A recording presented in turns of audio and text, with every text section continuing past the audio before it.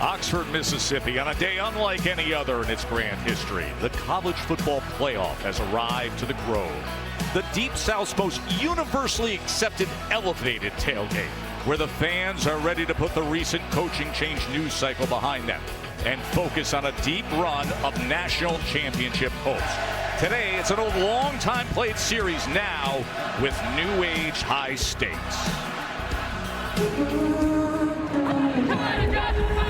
This is just the beginning. The time has come. These select few will not finish. A historic night here for the Green Wave. This is the greatest era of Ole Miss football ever. I need your very best. It's about everybody in this group right here. An electric touchdown, Ole Miss. This is just the beginning. Welcome to the Temple of Hottie Top, where a rematch awaits. The first time we played wasn't to our standard. It was kind of embarrassing. We've come together as a team. We're peaking at the right time. To surge forward, the Wave must face the Rebel base. Chambliss throws. Touchdown, Ole Miss! We are going to turn a lot of heads. We can go far in this playoff. The climb starts now. What do you want the legacy of this team to be? This is just the beginning. From Vaught, Hemingway Stadium here in Oxford, welcome to the College Football Playoff First Round, presented by Allstate. Ole Miss has had a sensational season, unbeaten at home. Their only loss, a fourth quarter heartbreak at Georgia. They earned the number 6 seed. They have a rematch against 11th seeded Tulane, the American Conference champions, the only group of 5 team with multiple wins over Power 4 teams this season. So thrilled you're with us, everybody. Joe Tessitore and Jesse Palmer with you. Quint Kesnick and Katie George will join in the conversation in a moment as we welcome you to the Amazon kickoff. Well, Jesse, Ole Miss dominated the first matchup back in September between these two teams, but things change. A lot has changed, like coaching changes. Tulane head coach John Sumrall, he's headed off to take over the Florida Gators. He's handled the situation beautifully. Meanwhile, Ole Miss and the whole sports world, they've lived through November and the drama with Lane Kiffin. Pete Golding is now the head coach. He was the defensive coordinator, and he's taken a player's first mentality. He sure is, and I think the big question a lot of people at home have watching this game is how good is Ole Miss without Lane Kiffin on the sidelines? What we know for years, and certainly this year too, with Lane Kiffin, this is one of the most explosive and one of the most balanced offenses in the country. As we take a look at our Amazon spotlight, they can hurt you in a variety of ways. It's a pick your poison dilemma. You want to play 2 high safeties, only have 5 guys in the box defensively. They pull the left guard. You get Kewan Lacey out to the second level. He's got tremendous speed and 20 rushing touchdowns this year. If you want to play with 1 safety in the middle of the field and play man-to-man with 6 guys in the box, well, now Ole Miss is going to take advantage of the one-on-ones outside. Here's Deuce Alexander on a fade route. This happened in the first game this year against Tulane. And finally, if you're Georgia, you want to get aggressive, play cover 0, no safety deep, 7 close to the line of scrimmage. You better tackle. If not, you've got Stribling here just running a little hitch route, makes a guy miss, and that's a 75-yard touchdown. So, yeah, Ole Miss doesn't have one of the great offensive minds in the game on the sidelines for this one, but they still have a very good staff, a lot of smart people. They know the offensive system, and more than anything, they've got playmakers spread out all over this offense. Without question, I expect them to continue scoring points. Yeah, you see the speed of receiver there just with that one highlight. Of course, really unique circumstances here in Oxford. The November of coaching, chaos, turmoil, and now the emotion of it all arriving with the postseason. I know that there's a lot of feelings and emotions right now around. I hope when they settle down that there's an appreciation about what we were able to do here. They laid down with the devil and now they're mad that their town's on fire. He's a PR nightmare. He will ruin your life. While these fans certainly felt betrayed by Lane Kiffin's departure, that's not the sense we got from Ole Miss's players this week. Trinidad Chambliss said we were not shocked that he left. He had to entertain that offer. We just wanted him to make the decision so that we could focus on the college football playoff game. Their biggest concern was who was going to coach in this game. He felt like it was the right decision to elevate Pete Golden, and they said they had a swagger with Lane Kiffin on the sidelines. He had an aura. Well, they're going to have to find that swagger within themselves. Now let's send it over to Quint Kesnick, who's covering a less messy breakup. Quint? John Sumrall was was hired as the head coach at Florida on November 30th. So for the last 3 weeks, he has been running 2 different programs. That's 2 different jobs. He's got 2 different phones. And often at night, he only gets 2 hours of sleep. He's been zigging and zagging from New Orleans to Gainesville, running 2 programs. He said, you just keep working until you pass out at night. And this is a coach who is given a master class on multitasking and time management, all with the goal of leaving Tulane the right way. A novel concept here, Joe, in Oxford. It is Quint, and he has handled things beautifully, spending so much of the week with him. You can just tell in the reception from the players. Now here come the Rebels. And speaking of receptions, even in pregame, the roar for this man, Pete Golding, his first game ever as a head coach.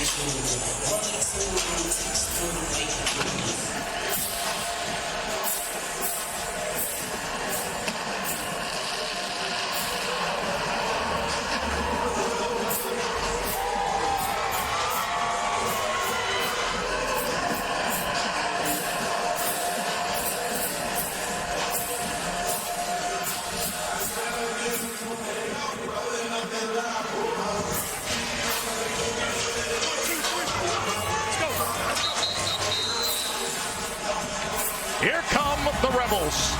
Can Ole Miss earn a place on New Year's Day in the Sugar Bowl in a rematch with Georgia? We find out next. You're watching the Amazon Kickoff on TNT.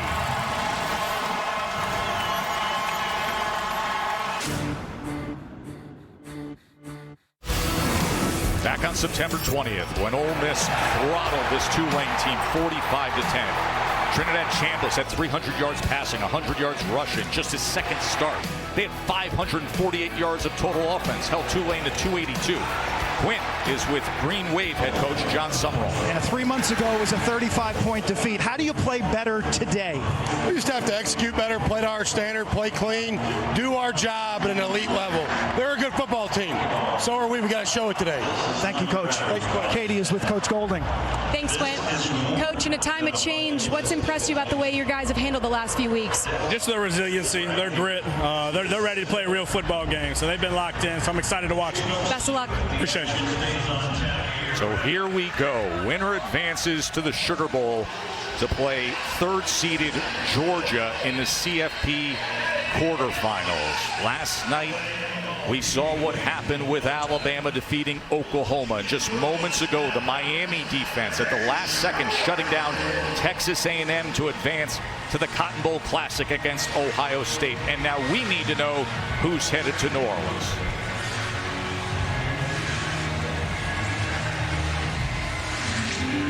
Ole Miss won the toss, and they elect to receive.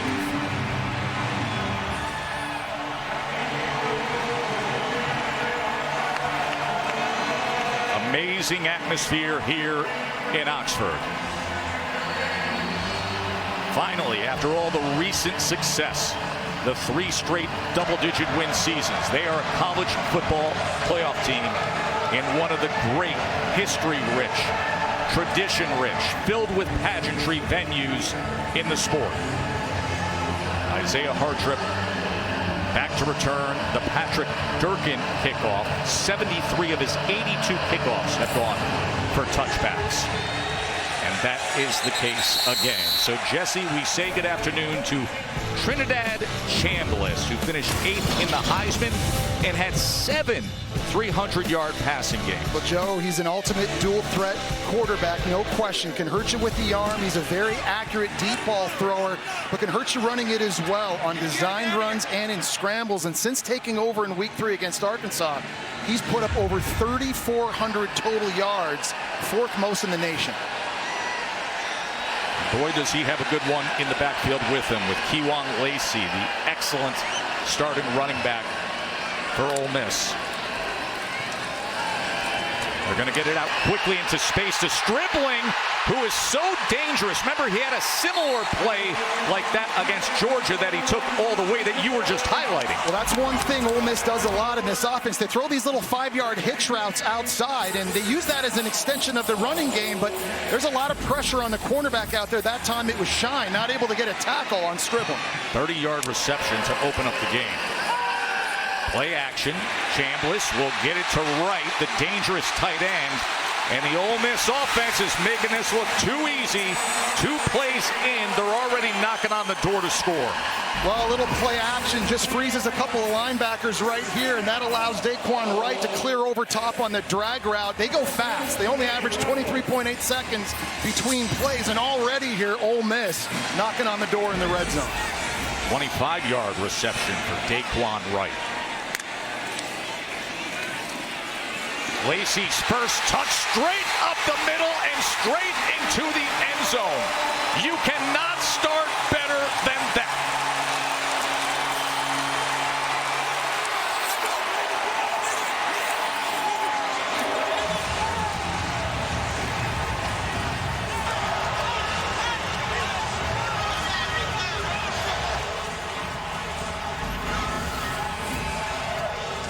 Well, a fantastic job getting a block out here in a kick out, and then it's Lacey in the back. He's just going to make Javion White miss. He leads the nation. That's now his 100th forced missed tackle.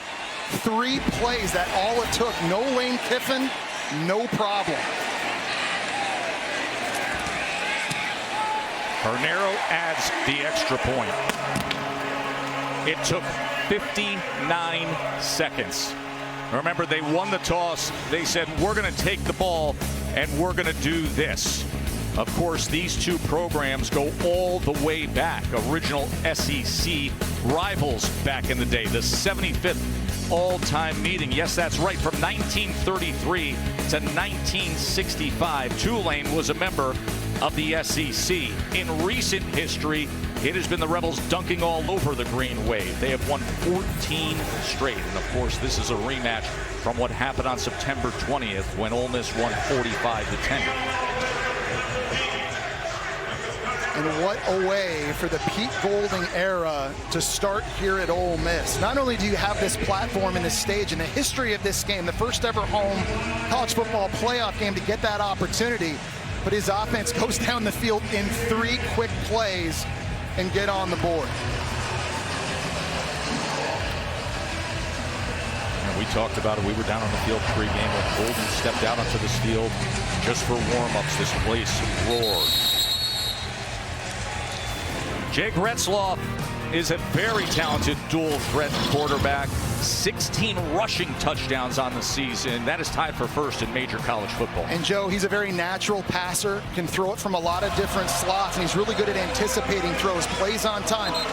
But he's also, I think, an undervalued runner, leads the team in rushing. It's deceptive with his speed. 16 rushing touchdowns, tied for the most of any quarterback in the nation now. In the last game against Ole Miss, he started 0 for 9. It's really important in this game he's able to find a rhythm early. Especially considering what Ole Miss just did on offense. McClure's going to take the ball, and it's a good run by Jamari McClure to open up the game for the Green Wave.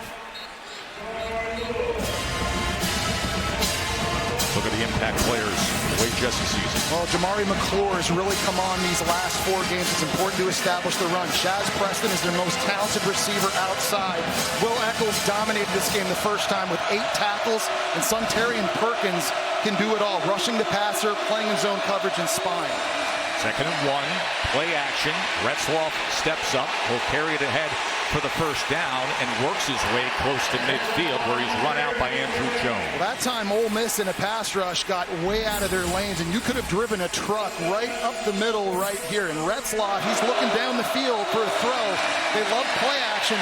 That's a good, timely decision. We talked about his legs and how big of a factor that is for Tulane's offense. It's going to be in designed runs, but it's got to come up in scrambles as well, just like that.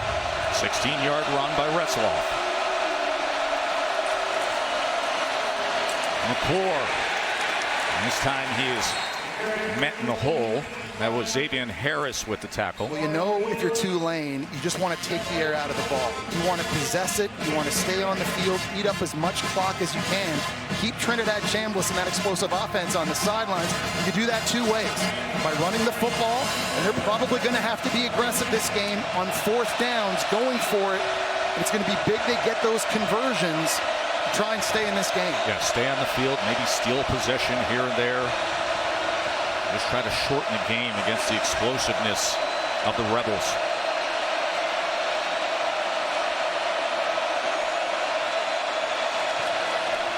Second and 7. McClure bottled up after a gain of 1.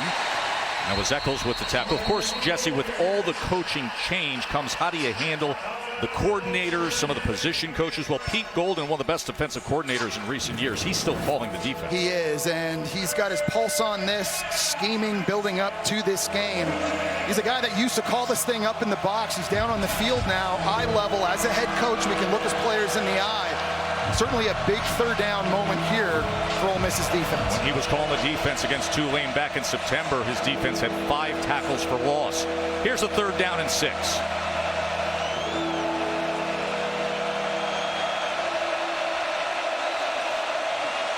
Retzloff against a 4-man rush, sidearm it to Hayes, and Hayes will dive ahead for a Green Wave first down. Well, it's a really good job by Amari Hayes that time, catching the ball and getting north right away. He just settles down in a soft spot in the zone, and as soon as that ball's on him, he doesn't hesitate. He's able to split the tackle by Antonio Kite and the linebacker Andrew Jones and pick up a big first down to keep this drive going again. They want tick, tick, tick. Seconds coming off the clock.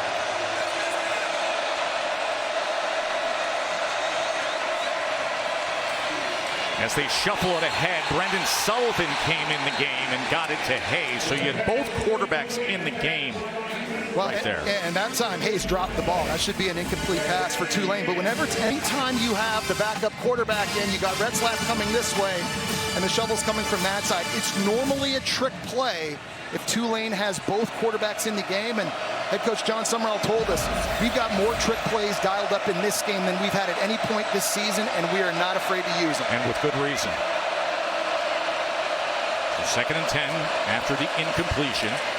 Gordon is probing for anything, but he is driven back after making it back to the line of scrimmage, and that was Eccles, again, a very active defensive tackle. And we talked about his big game the first time around, only a true sophomore, 8 tackles. He also batted a ball down. He comes out of the game. So if you're Tulane here on 3rd and long, receivers have got to win. And in the first meeting back in September, their receivers could not separate and get open and give Jake Retzlaff a place to throw in that game, especially early. So this is a big moment for them.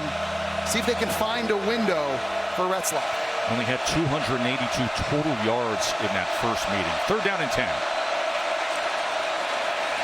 Retzlaff gets it complete, and it's Brown-Stevens with the reception right at that line to gain. Anthony Brown-Stevens, the nephew of music superstar John Legend. First down, Tulane. Sorry, Joe. That's an outstanding route that time against Wydett Williams. He's over here. He's going to stem inside and then break out one-on-one against the safety. We talked about receivers having to win.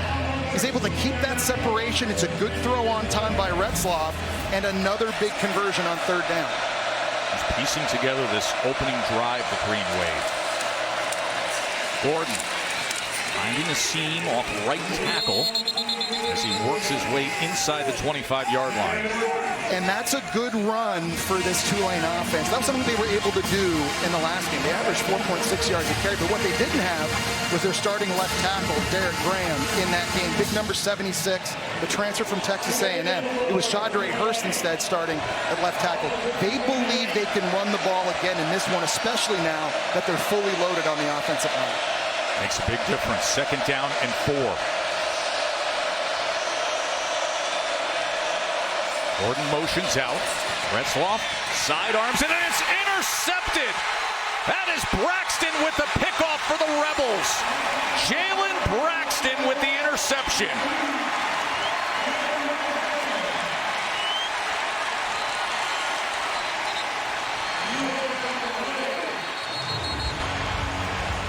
That is a huge play for the Ole Miss defense. They were blitzing that time. Jake Retzlaff had to get rid of this thing quick. And on the back end, Jalen Braxton, the Arkansas transfer, a cornerback, was sitting on that route and waiting. Trey Shackelford ran the slant route, and he was able to jump it, make the interception, and get upfield. It's right over here. He was squatting on it. Shackelford never turned his head to find that. After the interception and during the return, personal foul, horse collar tackle, the passing team number 15. A 15-yard penalty will be added to the end of the play. First down, Ole Miss. timeout on the field.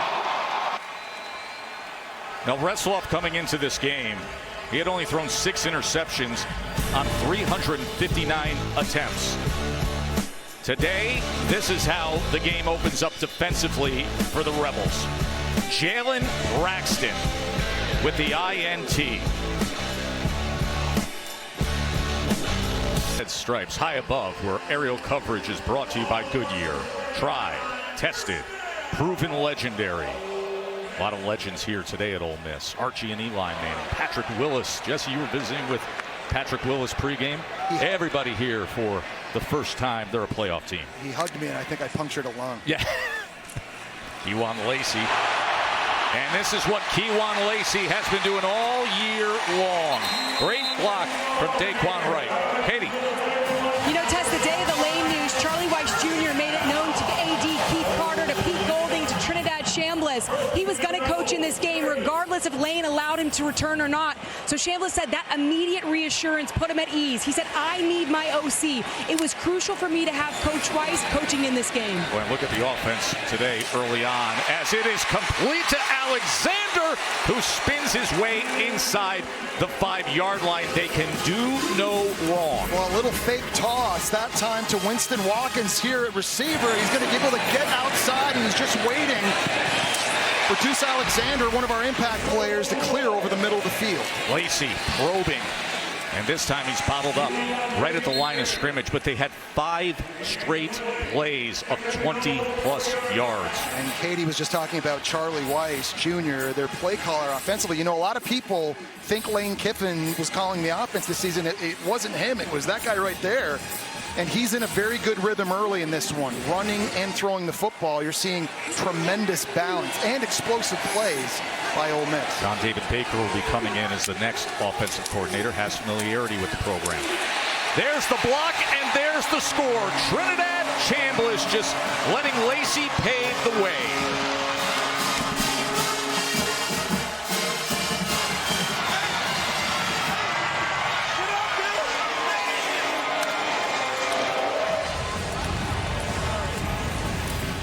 It's an unbalanced look. You've got Jaden Williams right here getting a block, and then it's Lacey getting up into the second level, getting some extra big guys at the point of attack for Ole Miss. And Chambliss, who absolutely went off with 112 rushing yards the first time these two teams played, is able to cap off the drive. And this offense, Joe, they've looked unstoppable early. Offense looks unstoppable. Defense had an interception. Trinidad Chambliss has been perfect. Kewan Lacey got it started. 20-yard touchdown run. He has 21 rushing touchdowns on the year. Then he blocked the way for Trinidad Chambliss. Top 10 Heisman quarterback. Ole Miss is up early. Football playoff first round is presented by Allstate. You're in good hands. And in part by AT&T. Connecting changes everything.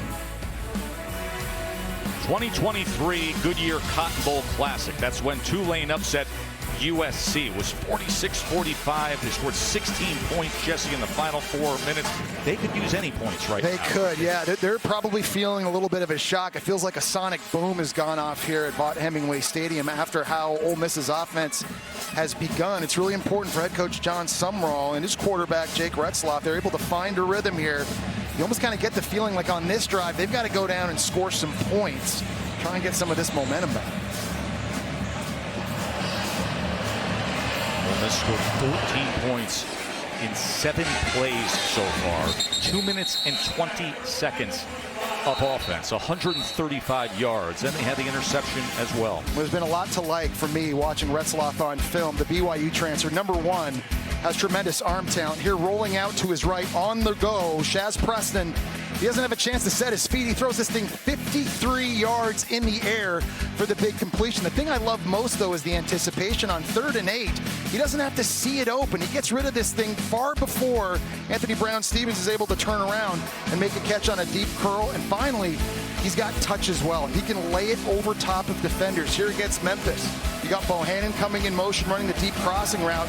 He's going to have to take a little bit off of this to get this over the defender, lays it in perfectly. We talked earlier, they've got to run the ball, and they do, but when times come to throw it, he can get it done. McClure takes it out to the 30-yard line. I asked you earlier in the week, all right, so what does Tulane have to do? You said he's got to be in a rhythm early on. They started 0 for 9 the last time. And he's been much better so far, outside of obviously the costly interception we saw there at the end of that last drive. But he's looked confident. He is throwing the football with a lot of conviction, and he's getting it out early, and that's something that has to keep up here for Tulane.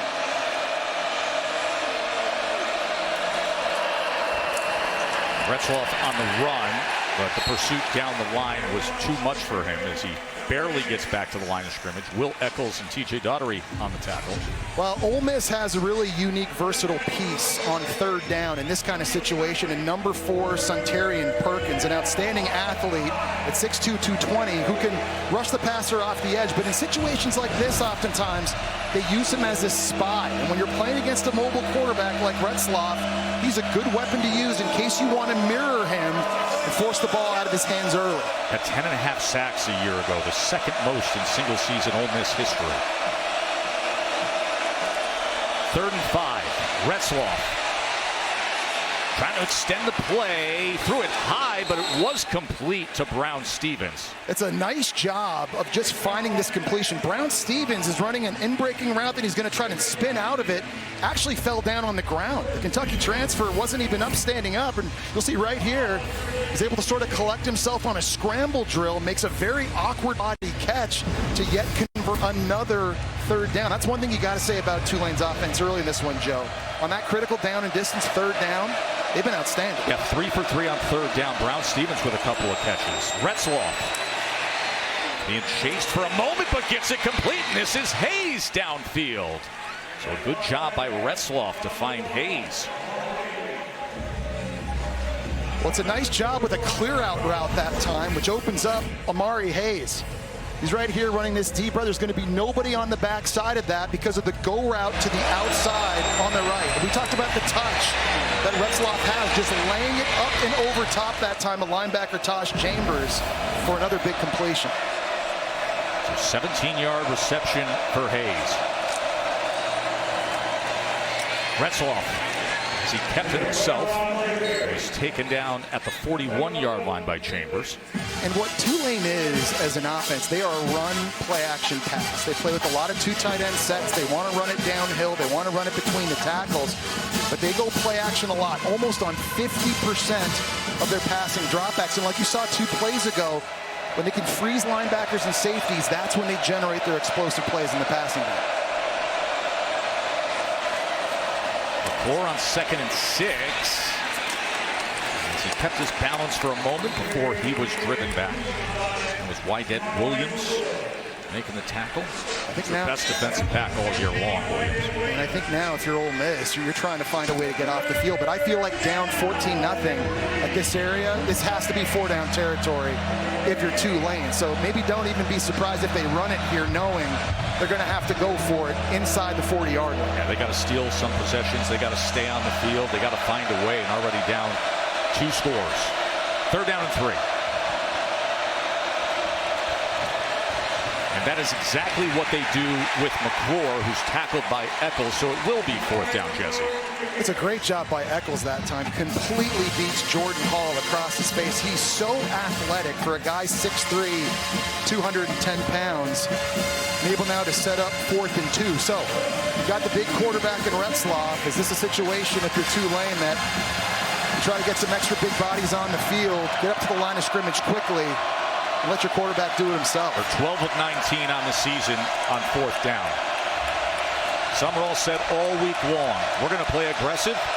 We need to. Here's 4th and 2.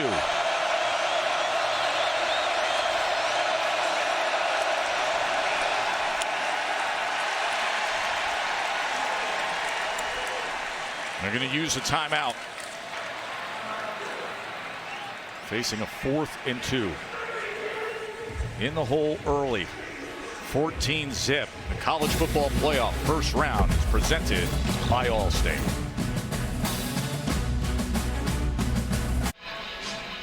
Jesse, Pete Golding's Ole Miss defense is one of the best against 4th down opportunities. They're only allowing 36% conversion. That's best in the SEC, 8th in the nation. There's a big moment right now. They've been struggling on 3rd down, but this on 4th, this is where they thrive.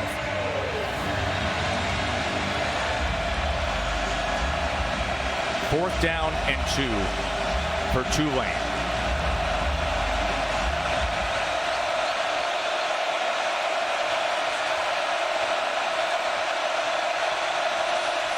Retzloff. It's incomplete.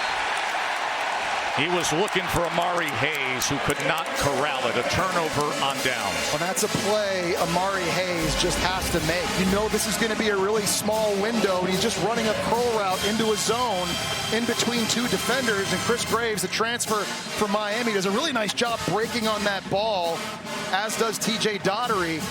But you just have to make that catch and find a way to stay on the field. It's a big missed opportunity for John Summerall. He knows it, and now the defense is back out there, and they have had no answer for Ole Miss. Ole Miss has 7 plays and 135 yards of offense. How do you slow them down? Chambliss to pass on 1st down. A lot of traffic, and they do get the sack. And a flag comes in at the end as Westmoreland was able to collapse things on Chambliss. Well, the pressure came from Chris Rogers at linebacker off the edge. I don't know if someone threw a punch out there. May have been right at the end of the play. There is no flag there. 2nd and 17. Go back and take a look at that replay there as Alexander catches it and then is tackled immediately. Yeah, it looked like there might have been a little extracurricular activity at the end of that play. You see Westmoreland there, just a little bit of a shove by Hopper that time, right into the throat of Patrick Kudus. Not called. 3rd down. 3rd down and 13. So a big opportunity for the Green Wave defense.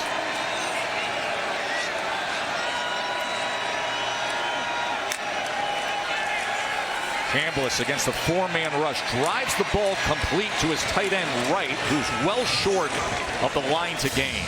That is a big win for Tulane. If Ole Miss decides to punt here, they just are trying to find a way to get off the field. And right now, Trinidad Chambliss in this offense, they're staying out there. From their own side of the 50, 4th down and 4 from the Ole Miss 43. They're 67% on the year. 4th and 4 for Ole Miss.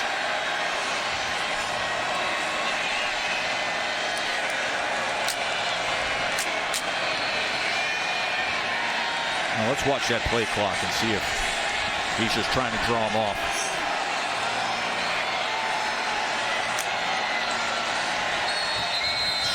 And indeed, that was the case. So finally, Tulane finds a way defensively after that red-hot start by Pete Golding's offense. The sack of Trinidad Chambliss put them in a hole. I think there, if you're Tulane, you're just trying to stop the bleeding. You're trying to find a win any way you can get it. So forcing that 3 and out, that's a big one now for Tulane. And now the offense, they've got to be able to pick it up on their side. And they've got to be able to produce. Oscar Bird on to punt. Hayes lets it bounce inside the 20-yard line. Jake Retzloff and the Green Wave offense now 14-zip, but with the ball when we come back.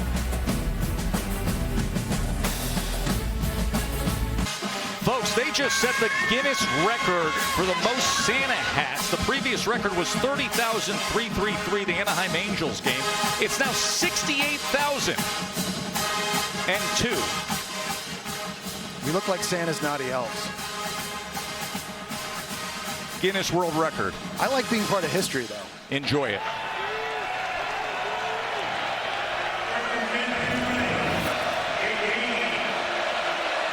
The largest gathering of people wearing Santa hats. And right now, the Green Wave offense could use a little Christmas cheer. It is caught, and this is Shaz Preston downfield, the explosive play they needed.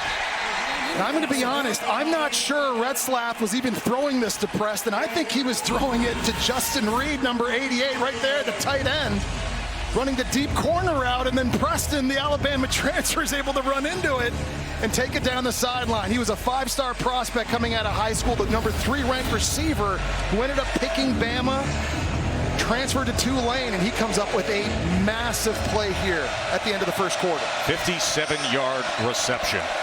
They need a spark. They just got one. And now the quick game with Lewis. As Cy Carl Lewis weaves his way inside the 20. And they didn't do enough of that, I think, the first time these two teams played. Yes, they want to run the football and they want to get that established, but there are ways that you can spit the ball to the perimeter and get an extension of the running game. And that time, Lewis doing a nice job showing his quickness now, making this second down, 2nd and 2. End of the first quarter. And finally, some hope for the upset-minded Green Wave, the American champions, here at Vaught Hemingway, where early on it has been all Ole Miss. The 6-seeded Rebels up 14-zip here. College football playoff, first round on TNT. Oxford end of first quarter. Coach Summerall with us. Coach, you finally made a stop defensively. What changed? Well, we got a negative play on the first down to start the drive. The first 2 drives looked like we never tackled before in our lives. Offensively, we're moving the football. We got to convert that 4th down. We need to go punch this in right here. What's the biggest challenge your defense is facing? Their speed. They're athletic on the perimeter. We got to challenge them a little bit more, get a little bit more attached in coverage. Thank you, Coach. Thank you. Thank you, Quint. To start the second quarter, they come with the end around. It's Brown-Stevens, but look at the pursuit by the Rebels defense. A tackle for loss, and it's Will Eccles again playing a big role. It was Chris Graves, a corner, though, that made the play. He was the one that got in the backfield. He missed the tackle, but he forced the runner to bounce outside. It's going to come from this side on the left. In the backfield, really good job here getting penetration after the reverse. You see it right there. Good job by Graves, and there's Eccles. You mentioned it, Joe. He has been all over the field for Ole Miss. Well, he was that way the first time they played it. 8 tackles and a pass breakup back on September 20th. 310-pounder who always shows up near the ball. 3rd down and 6. Retzloff. Incomplete.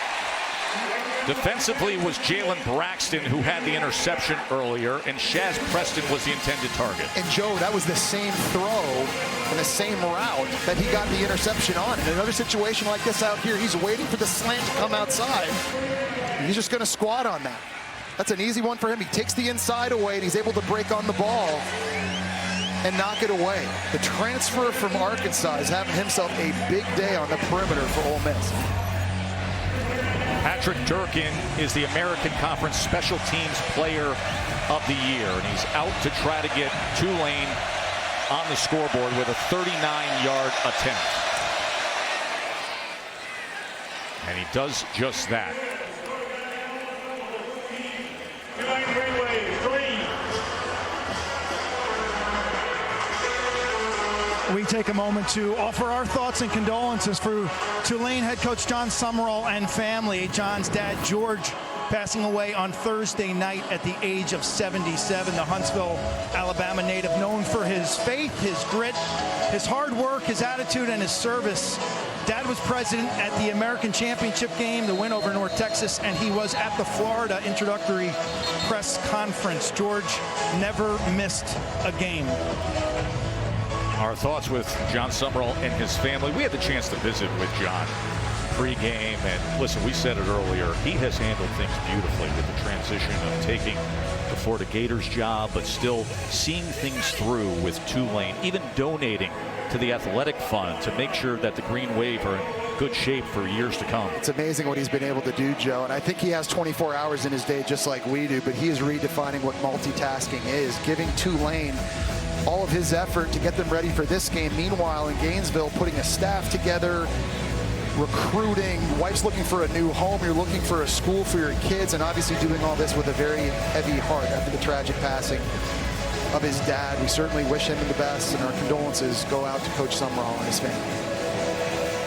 So the Green Wave with the field goal,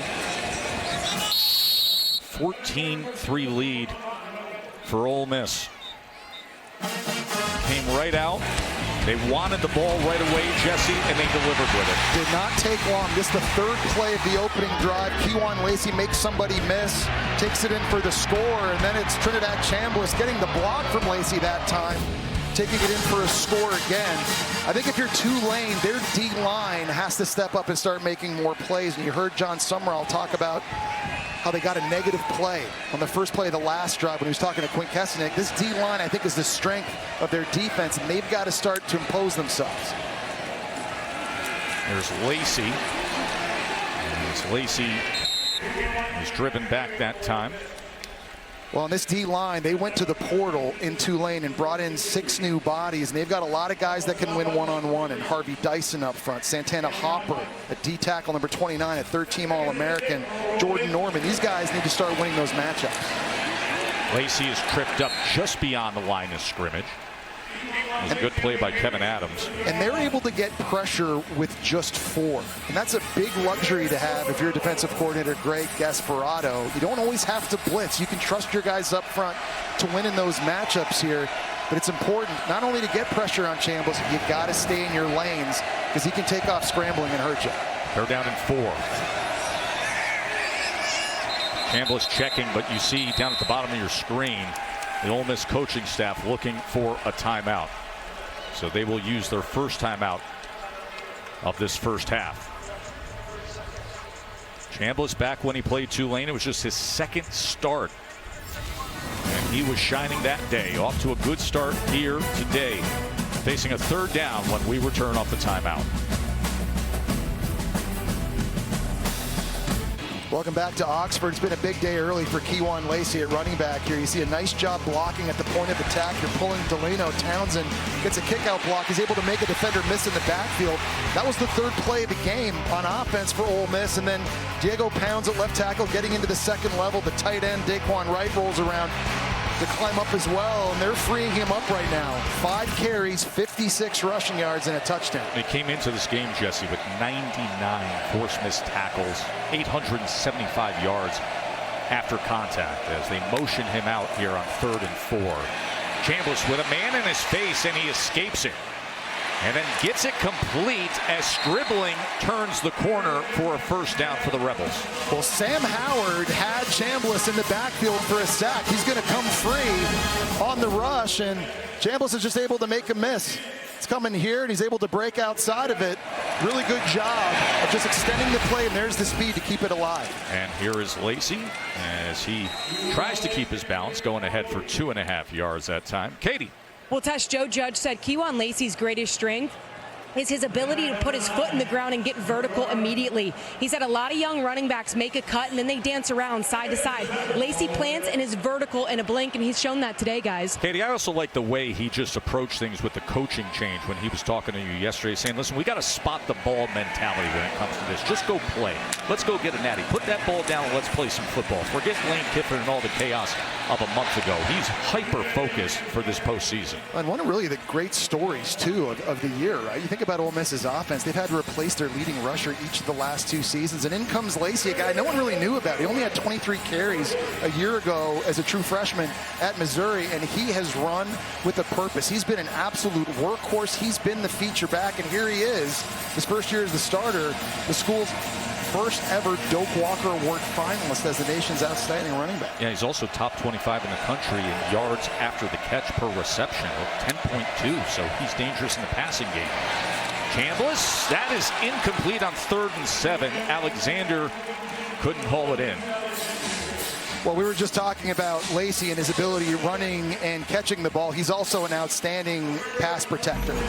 And that time, he's got to deal with a defensive end coming off of the edge. That should be a huge win for Tulane. But look how Lacey is just able to stone him and slow him down. And that's all the time Chambliss needed. That's a catch that Alexander needs to make. I know it was coming in fast, a little bit behind him. But a big missed opportunity. This running back here, man, he is versatile. Oscar Bird punting away. Fielded by Hayes, who retreats inside the 15 and then is brought down after a gain of just 3 on the return. Well, they set a Guinness Book Records world record here. 68,002 Santa hats in one spot. Merry Christmas, everybody. Football Playoff first round is underway. Of course, last night, Alabama coming back against Oklahoma, 34-24 as they advance to the Rose Bowl game on January 1st. And then earlier today, the Miami defense, Jesse. No doubt, completely took that game over against Texas A&M. It was a sloppy game. Everybody was missing field goals, but the Miami defense creates 3 takeaways. They get 7 sacks. Ruben Bain goes off, and now that defense and that front is going to face Julian Sand, Heisman Trophy finalist, and a very explosive Ohio State offense. Lots of defense in the Cotton Bowl coming. Can't wait to see Alabama and Indiana as well. College Football Playoff rankings brought to you by AT&T. We have 2 names that have advanced. Here we're going to see who goes to the All-State Sugar Bowl, and then JMU and Oregon tonight, a date in the Capital One Orange Bowl against Texas Tech. McClure off left tackle. That's a good run for Jamari McClure. And he's been playing his best football as of late. 400+ yards in the last 4 games. And this is the bread and butter running play for Tulane. And when you're running zones, you got to be able to work double teams and then climb into the second level. A really nice job that time by left tackle Derek Graham, who missed the first game against Ole Miss. Getting into the second level, and McClure doing a nice job being patient, seeing the crease. Yeah, they had players out of position on the offensive line when they got blown out back then. Brown Stevens trying to turn and twist his way for any positive yardage. Well, you're seeing a little bit more misdirection here from Tulane as well, and throwing the ball on first down, being a little bit more aggressive.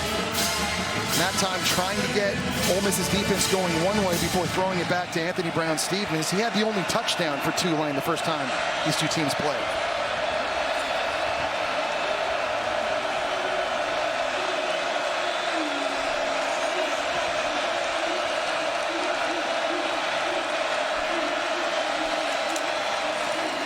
McClure on second down, and he catches a seam and has 11 yards and another first down before he's met by T.J. Banks. Well, the one thing McClure brings to this offense is he's got a burst. And when he gets in the second level, the tight end's coming in motion. He's actually not even going to block anybody.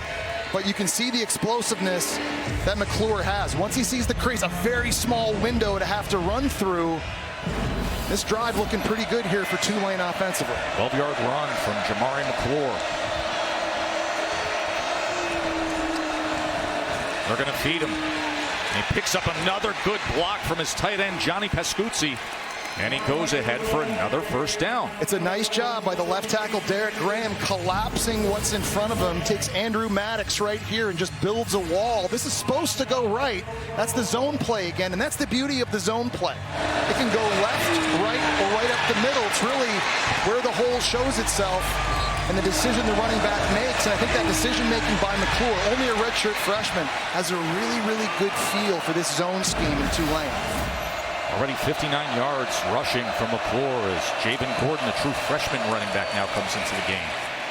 And he is tackled for a loss. That was Harris getting into the backfield. You know, it just feels a little bit like the momentum has shifted. And I know he just blinked and all of a sudden it was 14-0 and this Tulane defense was reeling, but they've got their stuff together here.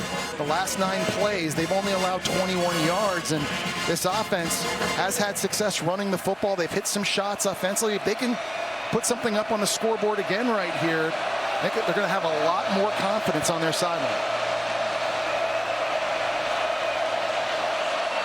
2nd and 12.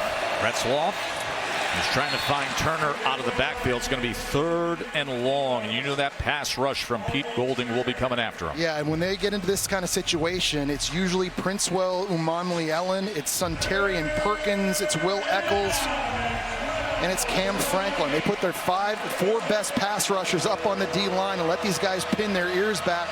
It's a lot to ask this Tulane offensive line to give Retzloff time here. They've been great all year. They've only allowed 10 sacks on the season, but they're not used to playing defensive lines with this much athleticism.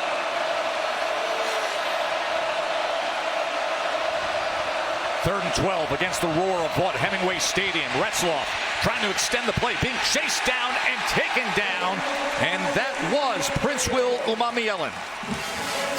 He has tremendous speed, and he's just getting upfield. He's able to beat the redshirt freshman, Reese Baker. around the hump this way, and if you don't get the ball out right now, he's going to be able to collect himself, retrace, and you're getting into a foot race with a very fast 6'5", 245-pound defensive end.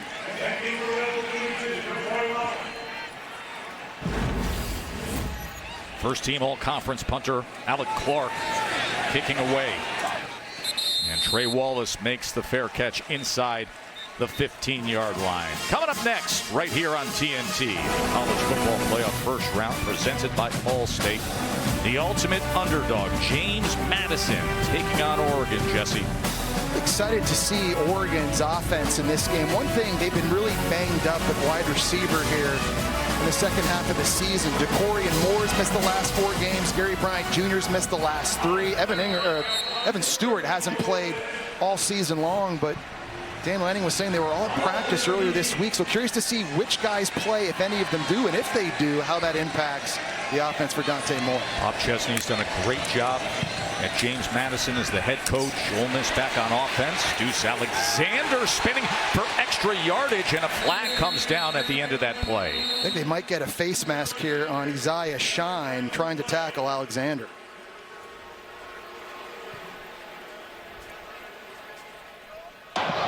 Personal foul, face mask, defense, number 11.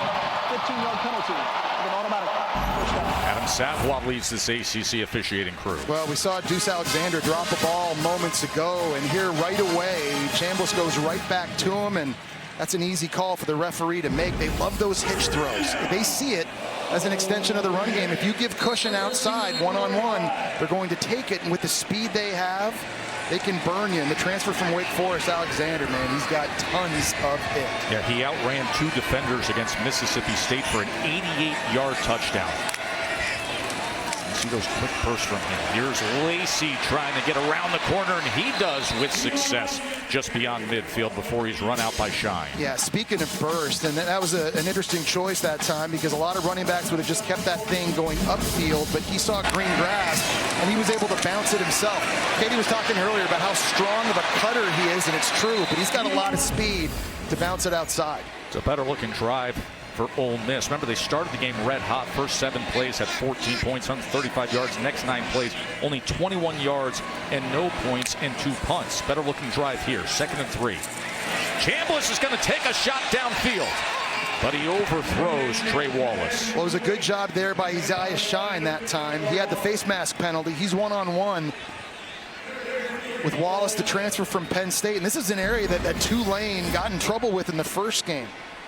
On passes deep down the field that traveled more than 20 air yards, Trinidad Chambliss was 4 for 5. They were eating Tulane alive on those fade routes, but a good job in coverage that time by the redshirt freshman. Look at the plays in the opponent's territory. I mean, Tulane's been 17. Just how do you cash in? Meanwhile, Ole Miss has had some of the bigger strikes. Here's 3rd and 3.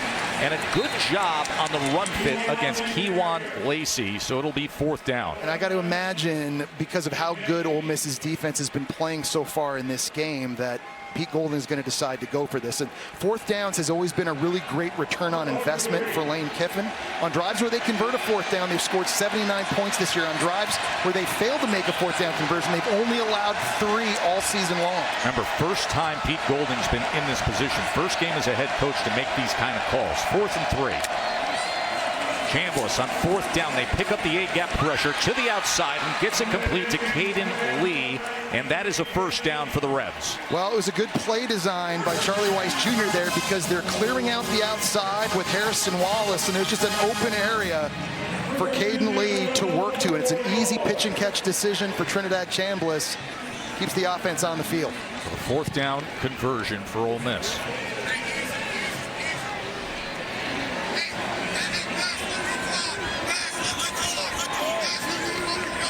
Had Chambliss checking at the line. Start of the year as the backup.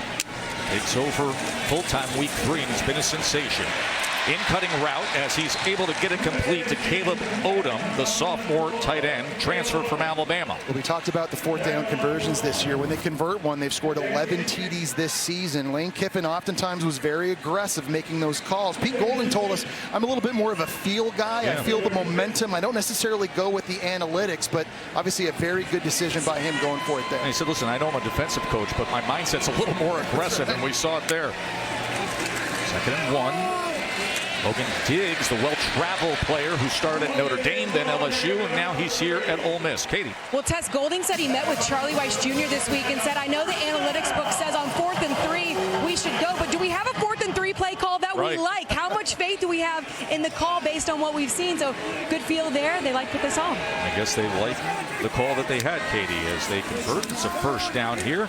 Chambliss now in a rhythm as Alexander is trying to spin for extra yardage against Joker Johnson. Well, what Charlie Weiss Jr. is trying to find out is on all these hitch throws outside, if at some point these Tulane corners are going to come up and press to try to take that throw away. When that happens, they're going to start throwing fade routes as there's a player for Tulane, I think. That's Mekhi Williams, the linebacker for the Green Wave. They're out to see him, and we will take a short break as Ole Miss is on the march. An 8-play drive to this point. 5 minutes till half. Trinidad Chambliss was grossly under-recruited. He landed at Division II Ferris State. He was a multi-time All-America there, wins a national championship. Comes to Ole Miss, he was the backup. Then he's inserted in September, goes 9-1, finishes 8th in the Heisman voting, and now he's waiting to hear, Jesse, about his future. He's seeking an extra year of eligibility. He says, listen, it's been a little stressful to consider, but I can't let that be a distraction. Second down and 5. Lacey will take the ball, and he only gains maybe 2 yards that time. Javion White with the tackle. Katie, we were visiting with Chambliss about his future yesterday.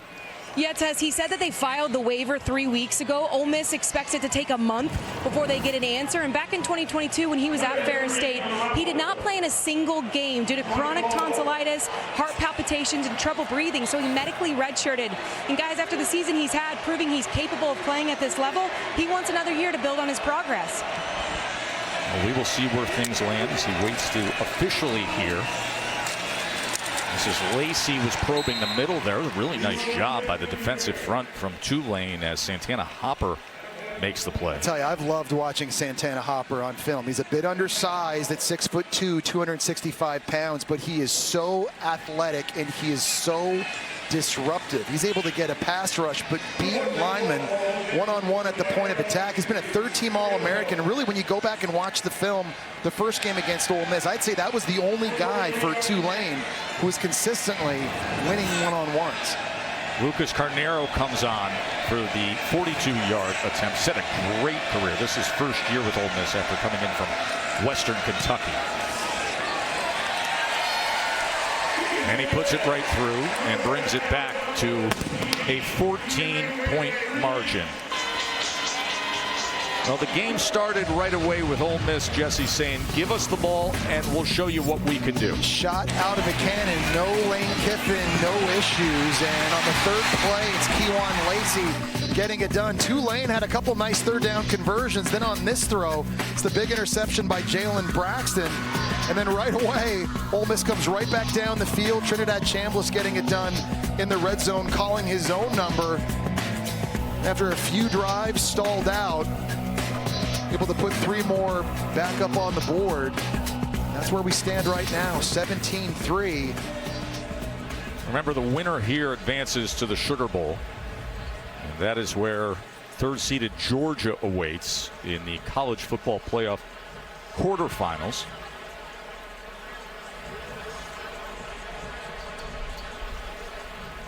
There's a player down for Tulane, and that's Elijah Champagne, the backup defensive tackle.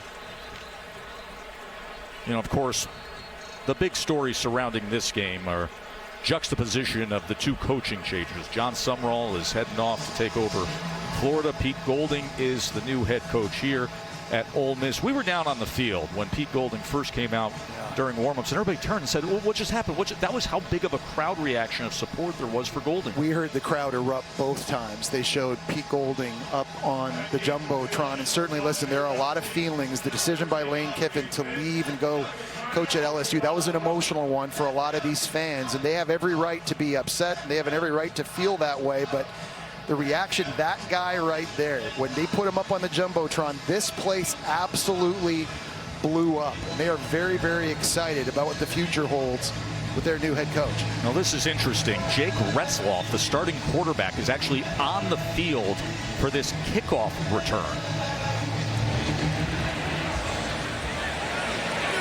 As it bounces at the 3. Yeah, they give the look of a fake over to Retzloff and then the return by Anthony Brown-Stevens. So they put the starting quarterback on the field to fake as if they're going to throw a lateral to him. And instead, Brown-Stevens has a 31-yard return. Well, John Summerall said that they were going to be aggressive, not just on offense, but on special teams as well. And by Retzloff running down there inside the 5-yard line, it took about 2 or 3 Ole Miss cover men with them and opened up a little bit of a lane, less defenders for Tulane and Anthony Brown-Stevens to advance the football, and they're able to get it past their own 30-yard line. So that is where they take over. John Summerall was very honest this week on assessing things and strategy of knowing what they would need to do. Steal some possessions, create some things in special teams. And we'll start off at the 33-yard line here after that return. Here's Retzloff now. Orbit motion play action. He was looking deep, but nothing was there, so he just tries to work his way back to the line of scrimmage. It's a massive drive here for Tulane because remember, they're going to get the ball back first in the second half. You hear coaches talk about it all the time. The last 4 minutes of the first half, the first 4 of the second half, they could generate points here going into halftime and score points on their next possession. The first of the second half, all of a sudden, this is an entirely different game. So a lot of pressure here, but a big opportunity for Tulane's offense.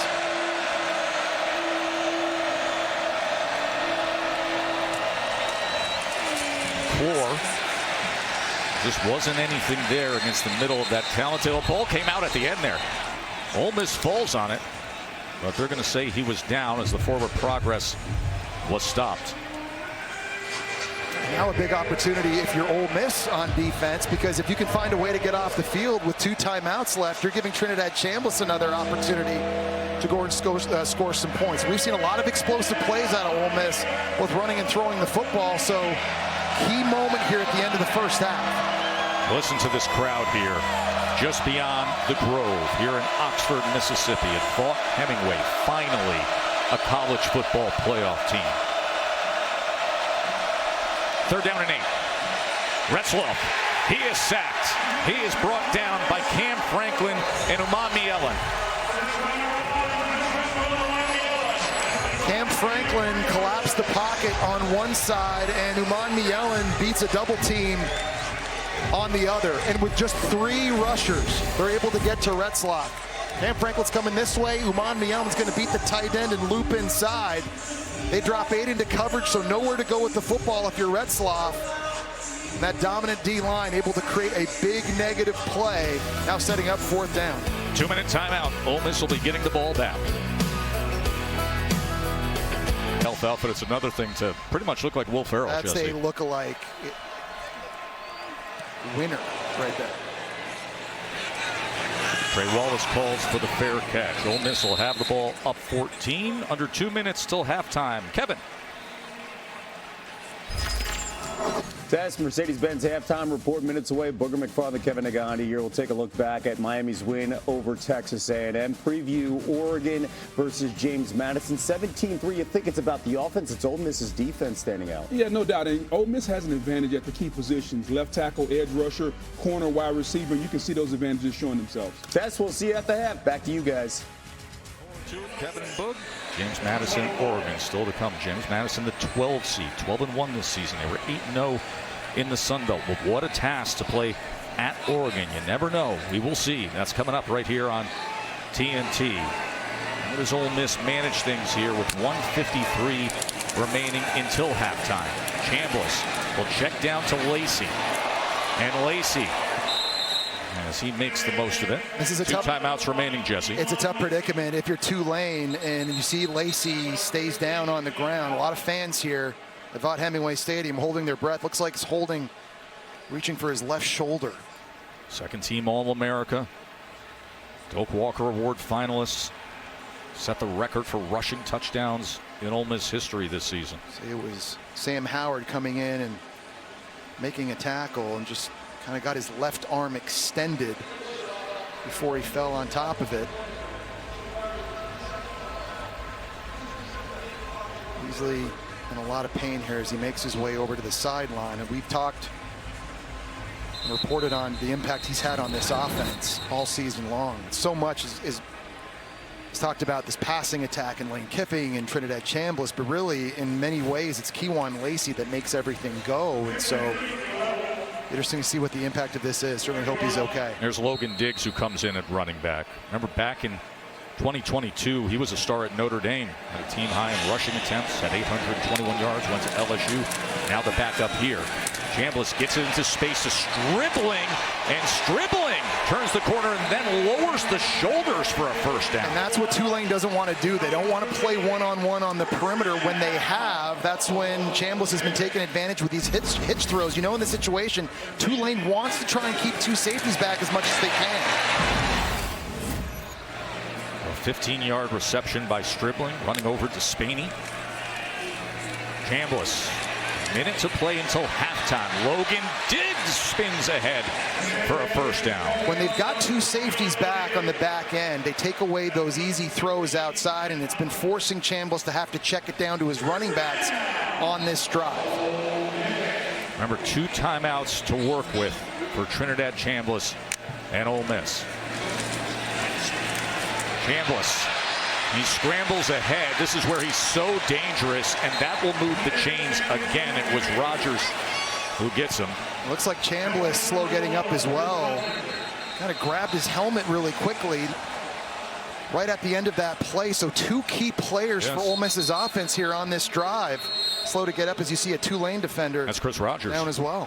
Chris Rogers, who had the pressure in the sack earlier, and here's what happened at the end of this play as Rogers came in on Trinidad Chambliss. So Chambliss down and the medical team out to see him as Kewan Lacey, the star running back, is in the medical tent. And also Chris Rogers is a big key player for Tulane's defense. He leads them in tackles this season. So we've seen a lot of key guys going down here at the end of the first half. And Chris Rogers for Tulane, he had a pick-6 touchdown return in the American Championship game in that victory against North Texas. He's a big part of what they do defensively. Looking down the sidelines now, Austin Simmons, the backup quarterback for Ole Miss. He's a starter at the start of the year. Hurt his left ankle against Kentucky. He's now down warming up for Ole Miss's offense. He was Jackson Dart's backup last season and then won the starting job. A nice hand for Trinidad Chambliss. That's a good sign to see him up on his feet, making his way over to the Ole Miss sideline. Austin Simmons will come into the game here. So it's an Ole Miss offense now without the starting quarterback and without their starting running back. How aggressive is play caller Charlie Weiss Jr. willing to be in this situation at the end of the half? Simmons was the starter coming into the season. And injured that ankle, you mentioned it, back on September 6th at Kentucky. And all Trinidad Chambliss did was go on to be a Heisman top 8 finisher. Simmons comes into the game and throws a pass and complete to Alexander on his first play of the college football playoff. Well, there's your answer. They go out right away and they roll out, and a nice job of Deuce Alexander getting low to the ground, making a very difficult catch. Under 2 minutes, the game clock stops as they reset the chains. Simmons, empty look here as he gets it complete again, and it's right, the big tight end, and it's another first down for Ole Miss. So Austin Simmons comes right into the game, and it's 2 for 2. Well, you're hearing people boo here because there's another Tulane defender down with Ole Miss on the move. It looks like Sam Howard, the other starting linebacker for Tulane. We saw Chris Rogers go down earlier, now number 15, down for Tulane. Sam Howard broke his fibula, had a crack in the fibula, missed a couple games, and returned to play this season. So he's pain-free this week. Redefining what toughness means in pain tolerance is incredible. Breaking your fibula against East Carolina, and then literally 2 games later against Memphis, getting back on the field. A little friendly fire that time coming up. It was Jaheim Johnson at corner who hit him. There's just people are dropping like flies here on this drive. Howard, the captain from Birmingham, Alabama, 9 screws and a plate. He said countless hours of morning, pre and post game rehab. He said it took a lot, but he is pain free. He is a standard setter for this program. You see all the teammates come out to support Sam Howard. This is a guy as a captain who sets the standard. He's the type of player that cleans the locker room after practice. He actually cleans the plane, Joe, after road trips. Yeah, Quentin, you know it. He is the heart and soul of what they do defensively. So 26 seconds remaining. Austin Simmons in for Trinidad Chambliss, who left the game injured moments ago. Logan Diggs in at running back. Simmons again to pass. Pocket, the ball is out.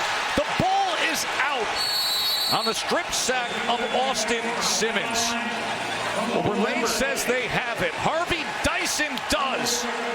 Remember, Joe, Kewan Lacey not in the game, and it's Logan Diggs, his backup at running back, who has to pick up Harvey Dyson. And then Nairn falls on the ball. Coming off the edge here. Here's the pressure. This is the blitz pickup miss by Logan Diggs. And Dyson, the transfer from Texas Tech, able to get in at the quarterback, knock it free. And that is a giant turnover for Tulane. Looks like big Trayvon McAlpine, his former Texas Tech teammate, able to jump on this football. And that is a play that Tulane absolutely needed to happen. So the 8th sack of the season for Dyson. Elite Nairn, the fumble recovery, and they had to have that as Ole Miss. You see Kewan Lacey's getting a head start to the locker room. Ole Miss was marching right down the field, even with the injuries, trying to add to their 2-touchdown lead. Now a big moment defensively for Tulane as McClure takes it. Harvey Dyson will arrive from Texas Tech. Of course, all the defensive linemen that Texas Tech had come to the Red Raiders. And Dyson says, I want to be a star with the Green Wave, and he has, and he came up huge there with the strip sack. I got to be impressed with John Sumrall's defense here and how they've been able to respond after going down 14-0 right away in this football game. They've been able to settle down, whether it was forcing 3 and outs or getting a massive turnover there at the end of the first half. Their backs against the wall just to preserve a 2-touchdown deficit is absolutely huge for Tulane. How about that last drive with the big injuries? On both sides. Yeah, I mean, we saw Lacey go down, we saw Chambliss go down for Ole Miss, and then it was linebackers Rogers and Howard. This is the first one here. Tackle by Howard, and it's Lacey. Kewan Lacey with 67 yards on a touchdown, and then, of course, Trinidad Chambliss, the star quarterback. Clutching his head, and so you were wondering if Ole Miss was going to stay aggressive, and with Austin Simmons, they did. There's Sam Howard, the linebacker, going down. Now off the timeout, and they try to get it to the outside, and it is complete that time to Shaz Preston. 5 seconds remaining in this first half. They're just trying to get an opportunity for their kicker, Patrick Durkin, the American Conference Special Teams Player of the Year, was hit from 52 this year against Temple, but he's 4 of 6 from 50 plus, but they got to get in range with only 5 seconds remaining. What a big play defensively by Tulane by Harvey Dyson before halftime here. Quick to the outside again to press. Remember, he had that 57-yard reception earlier in this half. Well, we showed you earlier in the game the arm talent that Jake Retzloff has. He can throw it 53, 55 yards on the run. If he gets a chance to step into one from this distance, he can easily reach the end zone on a Hail Mary. So interesting to see what Tulane and head coach John Sumrall are going to do here. See Ole Miss sending everybody back defensively.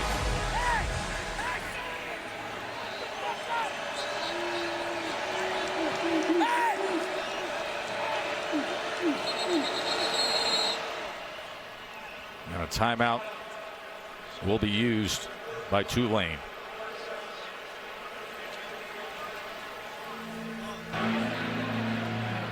There is Chambliss. Good sign to see him over on the bench.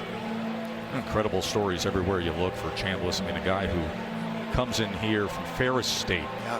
And all of a sudden here he is, number 8 in the Heisman, a record-setting year. He's got Ole Miss believing that they can contend for a national championship, and with good reason. It's an amazing story. To think you lose Jackson Dart to the first round last year. Austin Simmons takes over as your starting quarterback. He goes down in Kentucky, and all Trinidad Chambliss did was seize the job and make history. First player in the history of the SEC to throw for over 300 yards and run for 50 in his first 3 starts. He seized the job. He never looked back. But I think a big question mark now as we look ahead into the second half is Chambliss able to come back? Is Lacey able to come back? And if not, how does it affect Ole Miss's offense? Remember, Tulane's going to receive the ball in the second half. Braxton, Ryan, and Banks, the defensive backs for Ole Miss, are literally with their heels on the goal line as they're going to go underneath. They were looking for the razzle-dazzle, but that's going to get us to halftime on this picturesque day here in Oxford, Mississippi, not far from the Grove. You can almost smell John Currance's gumbo from here. 17-3 Ole Miss after that red-hot start. As you see the navy and red stripes of Vaught Hemingway. Quint. Coach, how did you bounce back after falling behind 14-0? We just caught up to the speed of the game. They're a fast team. We looked really slow early. We caught up a little bit. You did. Swing things over to Katie George, who's with Pete Golding. Thanks, Quint.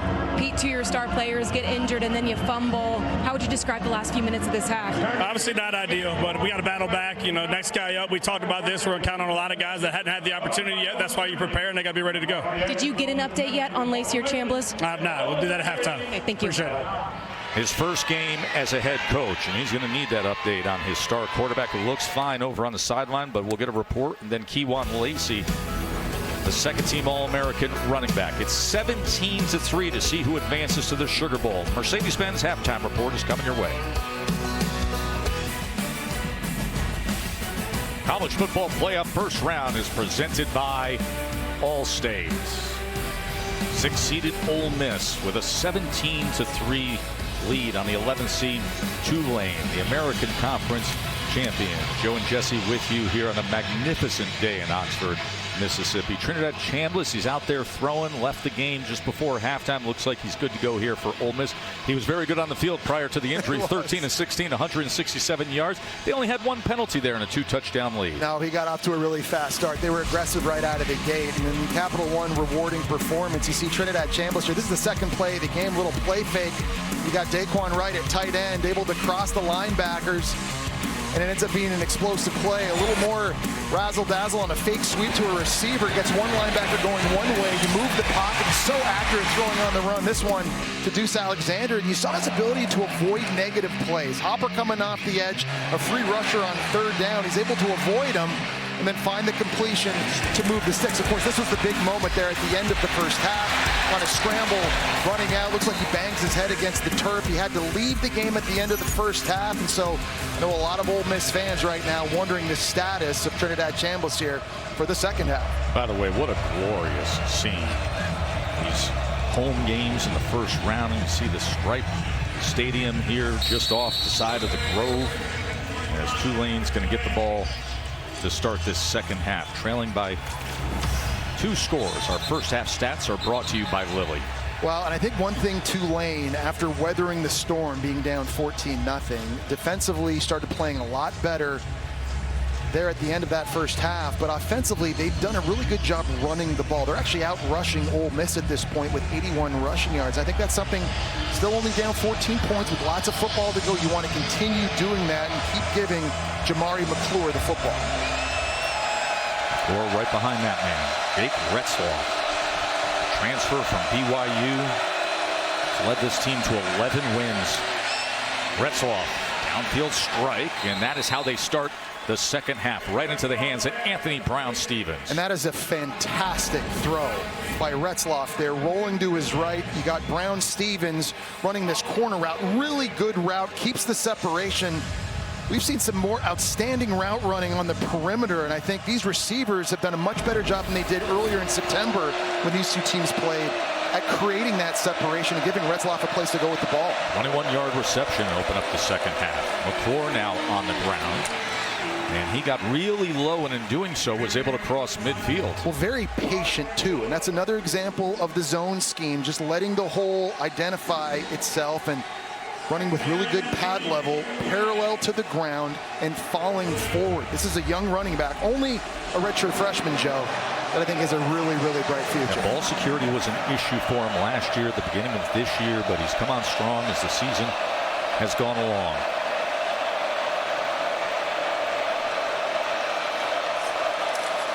Second and 3.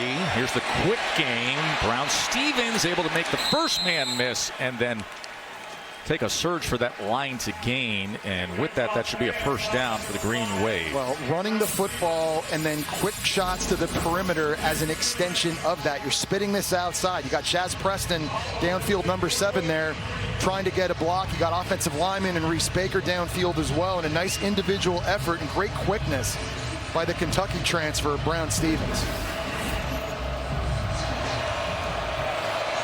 5 receptions on the day, on all 5 targets to him. Got it out in front to Amari Hayes, but it's incomplete. We were talking earlier in this game, Joe, what's the simplest way? What's the formula for Tulane to make this game not look like the first one where they lost 45-10? It's running the football. It's staying on the field. It's probably going for it on a few 4th downs, and defensively getting takeaways and stealing possessions. They stole one at the end of the first half. They are still very much in this game. Right now in Ole Miss territory, this is a big drive. They're trying to get the ball to the perimeter the last couple of plays. 2nd down and 10. That was incomplete. Braxton was there defensively against Lewis. I'm going to tell you, if there was an MVP candidate in this game so far, I think it's Jalen Braxton. He had the interception early for Ole Miss. He had a big stop on a slant throw on 3rd down at the end of the first half, and here doing a nice job in his back pedal, transitioning against a curl route to Zycar Lewis and getting another PBU. He has had a monster performance for a secondary that's been a little bit up and down this year for Ole Miss. High above Vaught Hemingway. Down below is the roar of a crowd for 3rd and 10 defensively. Oh, that was dangerous as Cam Franklin was sitting there waiting for that football. Well, Cam Franklin starts his pass rush, and when he sees he's not going to be able to get there, he just starts reading Jake Retzlaff's eyes. Is able to get upon that one. This is one issue Retzlaff has had this season. He forces the football into coverage at times. And coming into this one, he had only thrown 6 interceptions. He's lucky. He's had about 4, 5, or 6 picks dropped by defenses. Lucky that time. Cam Franklin didn't come away with that one. Alec Clark punting away. Well, it took a bounce at the 1-yard line and then went into the end zone for a touchback. So John Summerall's offense out there on the field couldn't get it done. And now Trinidad Chambliss ready to re-enter the game. Good news for Ole Miss here in Oxford. Trinidad Chambliss was checked for concussion during halftime after he hit his head. He's been returned to play. He's been able to return and play in this game. And then for Kewan Lacey, they offered him a harness for his left shoulder. He turned it down. He said he's good to go. Both guys back in, guys. Okay, appreciate the effort there, Katie, to get the updates on both Chambliss and Lacey, the 2 stars of this sensational offense for Ole Miss. There's over 350 yards in every game this year. Only 4 teams in FBS can say that. Chambliss quickly gets it to Wright. What a weapon he is. Daquan Wright at 6'4", 255 in that athleticism. And these play actions have really helped free him up too. Just freezing linebackers and allowing Wright, with all that size, to be able to run across the linebackers and make big plays out on the perimeter.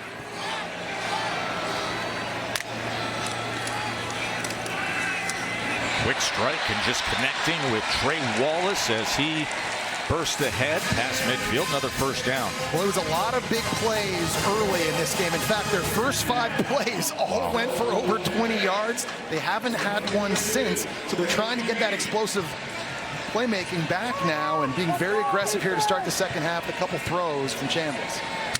Had 16-yard reception moments ago. Stribling. Look at the balance as he tiptoes down the sideline before Chinchu knocks him out of bounds. It's amazing. Every time they throw a hitch route outside, Tulane hasn't been able to make a clean tackle. This time it's Shine at corner just trying to push him, but Stribling is a very strong runner at 6'2", 210 pounds. Had a couple touchdown catches in the Egg Bowl back on November 29th. A win against Mississippi State.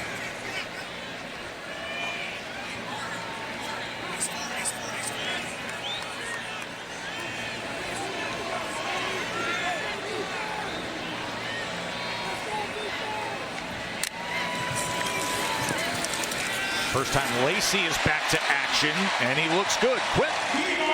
John Summerall's primary concern coming out of the locker room at halftime was tackling on defense. The perimeter tackling in space has been basically questionable the entire game. It's an issue that he says his guys just lack the size of these Ole Miss receivers. See Kewan Lacey dragging defenders. Quint ahead for another first down. That was Shine who went for a ride. And Quint, there is some good news for Tulane's defense because at linebacker, Chris Rogers and Sam Howard both got hurt at the end of the first half. They're both back on the field for Tulane's defense. So a lot of leadership, and those guys pretty short tacklers. Chris Rogers there, first down. Lacey trying to bounce it, gives a stiff arm, but is tripped up that time by Kevin Adams. This is kind of that red zone area where oftentimes Trinidad Chambliss' legs become a factor. So dangerous when he decides to tuck it and run. His first 5 yards are just so explosive with quickness. And right now in an empty set trying to spread Tulane out, you wonder if there's a crease or Chambliss sees something, he takes off.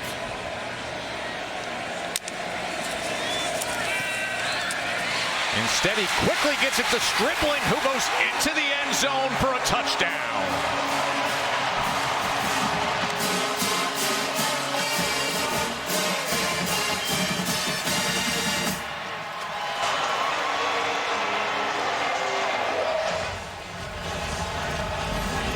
And this is a great decision this time by Chambliss because you got the linebacker blitzing hot, Sam Howard, and that's the answer against the pressure. It's coming right here. It's going to be Stribling on the out route. Chambliss and his wideout on the same page. He's working against the safety, and Despainey is able to split 3 defenders and get into the end zone.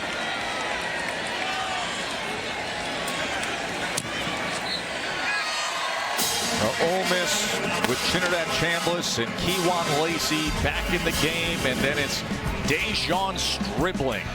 And all that skill and speed, and a 24-3 lead. Of Oxford, where aerial coverage is brought to you by Goodyear. Legends aren't born, they are proven. This is a record crowd here at Vaught Hemingway Stadium. College football playoff first round right here on TNT. 68,251. Of course, many of these faithful know what has happened in recent years. All the wins, yet no college football playoff appearances. 3 straight 10-win seasons. No other team that hasn't made the college football playoff could say that. And then this year, the 11 wins. Just that heartbreaking fourth quarter loss at Georgia. Lane Kiffin, of course, leads to LSU. And you framed it earlier, no Lane against Tulane. Pete Golding leading the way. This team looks good. And there was a big distraction, obviously, these last several weeks without Lane Kiffin moving to LSU. And I think you wondered how that was going to affect this football team. I think the best thing Pete Golding did is he just kept everything the same. The same practice routine. It's the same people calling plays. It's the same schemes. As we know, for players, oftentimes they're just creatures of habit. Right. It was a massive distraction. The best way to fight that is just get back on the field playing football. And you got Golden calling the defense, Charlie Weiss Jr. is calling the offense. They're doing everything the same way they used to. And so far, the product on the field looks the same. And I'll say this, the venom and emotion of the fans and many of the locals and those who have been around the program over what happened to Lane Kiffin, that is not the tone that you had inside the building with the players and coaches. They were hyper locked in on simply readying themselves for the college football playoff. And you got to give this coaching staff obviously a ton of credit as well, but there's a lot of leadership in that locker room helping these guys get dialed in on what's important, and that's making a run for a national championship.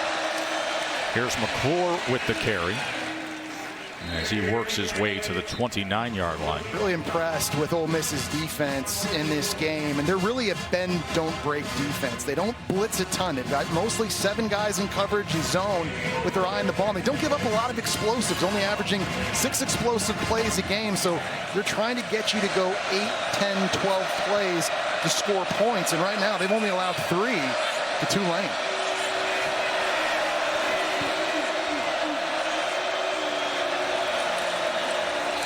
McClure on 2nd and 6, and that is a tackle for a loss.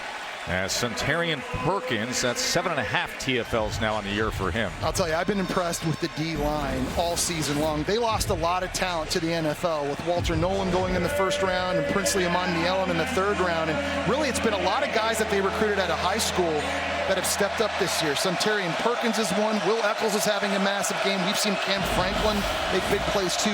Young guys that have developed in the scheme, waited their turn, making big plays all year. Listen to this crowd after their 5th TFL of the day. 3rd down and 7. Retzloff being chased as he drives the ball to Amari Hayes, who comes up with the catch. Great effort from Hayes. Yeah, it was Uman Mielen coming off the edge that forced Retzloff to step up. He's got to outrun Eccles to give himself an opportunity to make this throw. And Hayes, who's dropped a few early in this game, makes a really tough catch to keep the chains moving, but it looks like they may take a look. The ruling on the field of a catch is under further review. Remember, that was a 3rd down and 7. Amari Hayes, did he get his hands under this ball and secured, or did it hit the turf here? Remember, they ruled it a catch. It was a nice job by Retzloff keeping this away from Sage Ryan and low. And Amari Hayes, who's 5'9", does a good job getting down. Seemed as though he got his arms underneath this. At any point there, it doesn't look like the ball hits the ground. It looks like he's got his arms under it. To me, Joe, that looks like a catch. And the ball's allowed to hit the ground so long as you have complete and firm control of it through that process. A really good job by Hayes to get those hands underneath the football. Let's bring in our rules expert, Matt Austin. After further review, the ruling on the field is upheld. Or, Matt, we don't need you. We'll just hear that. You know, those are the types of plays now Tulane is going to have to make if they're going to get back in this game. We saw a big drop earlier in the game on 4th down. But at this juncture now, down 21, you've got to make all the plays like that to keep these drives alive and give yourself an opportunity. So a nice effort that time by Amari Hayes. So the 10-yard reception stands. The 1st down for the Green Wave.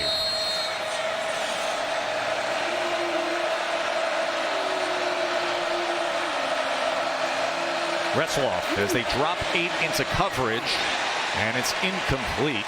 As trying to get his hand on it was Justin Reed.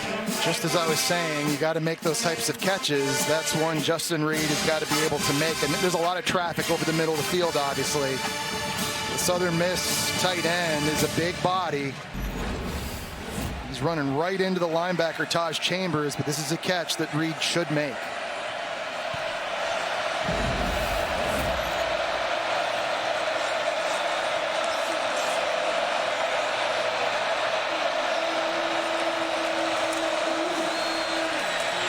Retzloff, as he goes to that next level to Shackelford, who makes the reception. Yeah, these windows are not very big for him to throw into on this drive, especially. It's been that way all game. But Kapena Gushikin is in coverage here, and he's all over that. There's really only one place that ball can go, and nice job getting down to make the catch right in front of the 1st down marker. Nice concentration. Now sets up 3rd and short. And normally in these situations, this is QB sneak territory. For Retzloff, they have a QB sneak, and then they have a QB lead sneak where he runs behind Javen Gordon at running back. Yeah, or they do the tush push as they're trying to do here with McClure behind Retzloff on what was 3rd and 1, and they're going to mark him right at the line of scrimmage. You'll see that often with Retzloff. Sometimes they motion in the tight end to give him that extra nudge ahead. This time it was McClure, the running back, behind him. This is a big D-line. They average 6'5", 287 across the board. They're not used to playing this much size up front. And the question is, where's the ball? It doesn't look to me like it ever got close to that 1st down marker. So now it's 4th, and obviously Tulane has got to go for this. And that is the case here. They're 0 for 1 on 4th down today. This is from their own 47-yard line. 4th down and 1. Largest crowd ever at Vaught Hemingway, roaring for a defensive stop. That's not even close, Jesse. Not even close. Second effort. Are they going to give it to him? Or are they going to say forward progress? He was stood up for a while, and you see them marking him short of that line to gain the unofficial yellow line. Well, he was stood up because Will Eccles, Jamarius Brown, and Xavier Harris, all 3 of those guys right at the point, the tip of the spear for Ole Miss's defense there, and they just weren't going anywhere.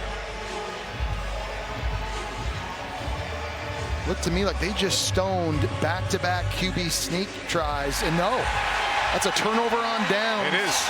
Blanchard defense comes up big. Will Eccles, Jan Brown, and the rest of that Rebels front does their job. A turnover on downs, a 4th down stop here in the 3rd quarter, up by 21 points trying to get to the Sugar Bowl.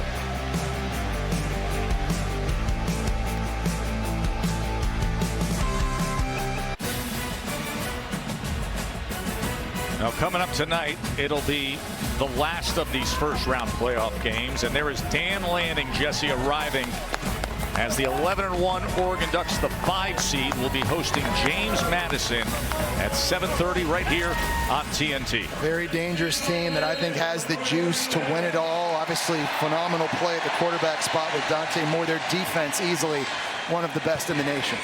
After the turnover on downs, Ole Miss back out on the field offensively with a 3-touchdown lead. Chambliss, as that is incomplete, as he was unable to connect with Trey Wallace. Joker Johnson was there with coverage. Well, they've been giving up the hitch throws, but when Ole Miss is trying to throw the football vertically down the field on the outside, the coverage here has been pretty good. And Jaheim Johnson, first team All-American Conference selection, 4 picks on the year. Good job there. Here is Alexander, and Deuce Alexander is shoved out of bounds that time by Isaiah Wadsworth. Well, the 3rd downs all season long for Ole Miss, they only average 6 yards to go. That's 10th best in the country, and it's because of really good play calls like that. We've seen that all game long. If there's access outside, they take the hitch throw. That's a give me 5 yards. And it makes this situation just so much more manageable now for Trinidad Chambliss. Down in 5, the star quarterback who left the game just before halftime was cleared to come back for the second half. But Ole Miss on a touchdown drive on their first possession of this 3rd quarter. 3rd down and 5. Chambliss, and that's incomplete. It was thrown slightly to the outside of Alexander, and a flag comes in.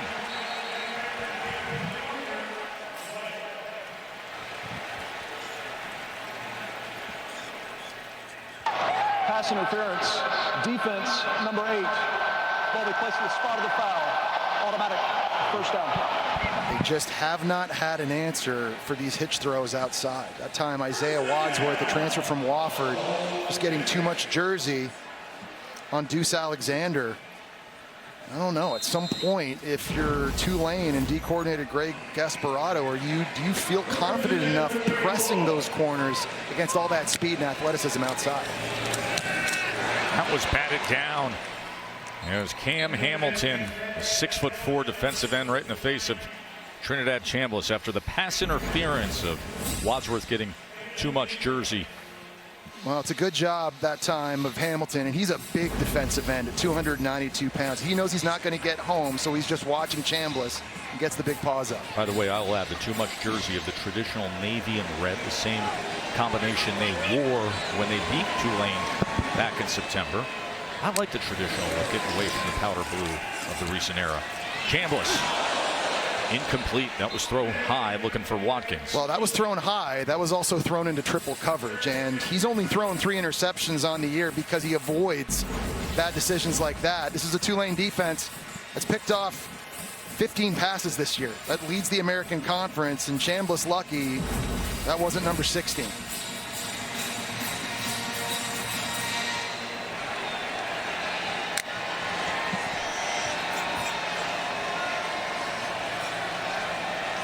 See, they do this a lot. They get to the line early, and then they look over in the sidelines, and they can change the play, they can change the formation, and get in the best look. Tons of time. 3rd down and 10. Chambliss to Wallace, but he is wrapped up immediately.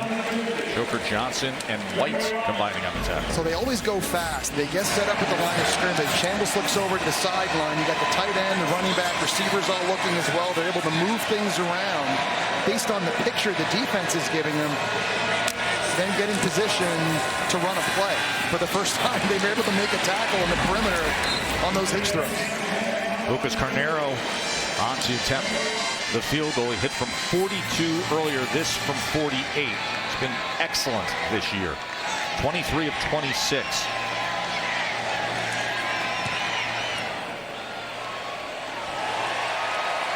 Great lift, rotation, and through. Ole Miss adds to the lead. 27-3. As you're watching the college football playoff first round presented by Allstate.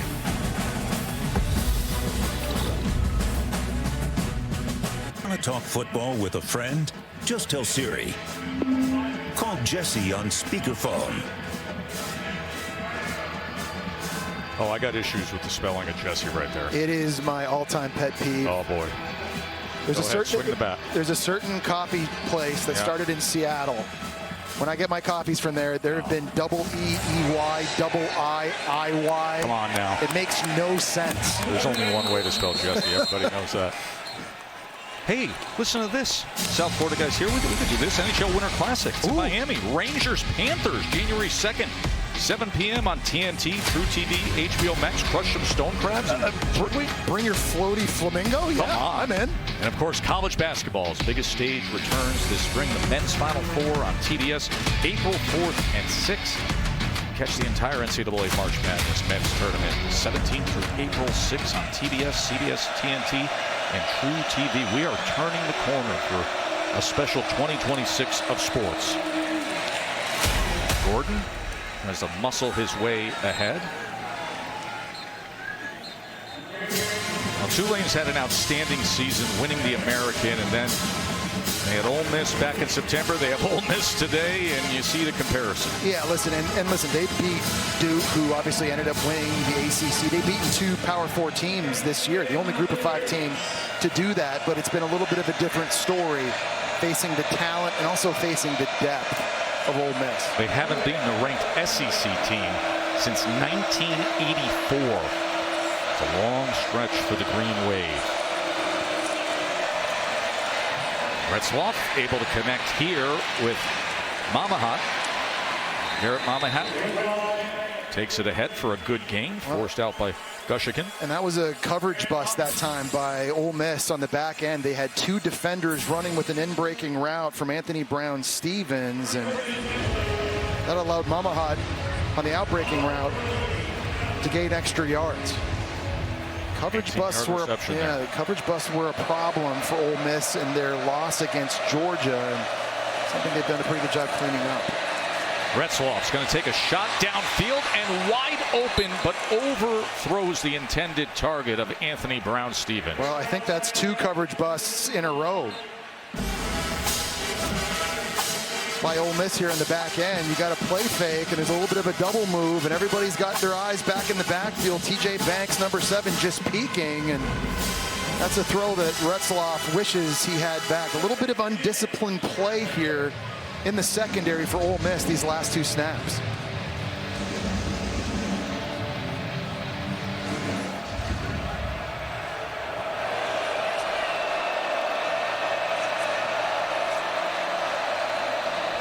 Trick play, and Retzloff's going to keep it. Now the ball comes out, and it's going to be a turnover right into the hands of Ole Miss. It was Suntarian Perkins and TJ Daugherty that got in on the tackle. And Gushikin able to come away with the ball. How about that? It's a little meeting in the backfield between these 3. Who has the ball? It ends up being the quarterback who just runs it upfield. Rolling on the field is a fumble recovered by the defense. Holding offense number 56. Penalty decline. First down, Ole Miss. I think one of the biggest issues Ole Miss has had all season was they weren't able to get enough takeaways, but good job there by Perkins getting his helmet right on the football. Retzloff cops it up right into the hands of Gushikin for a defense that only had 10 takeaways. That was tied for 113th this season. They've been able to take it away in this one.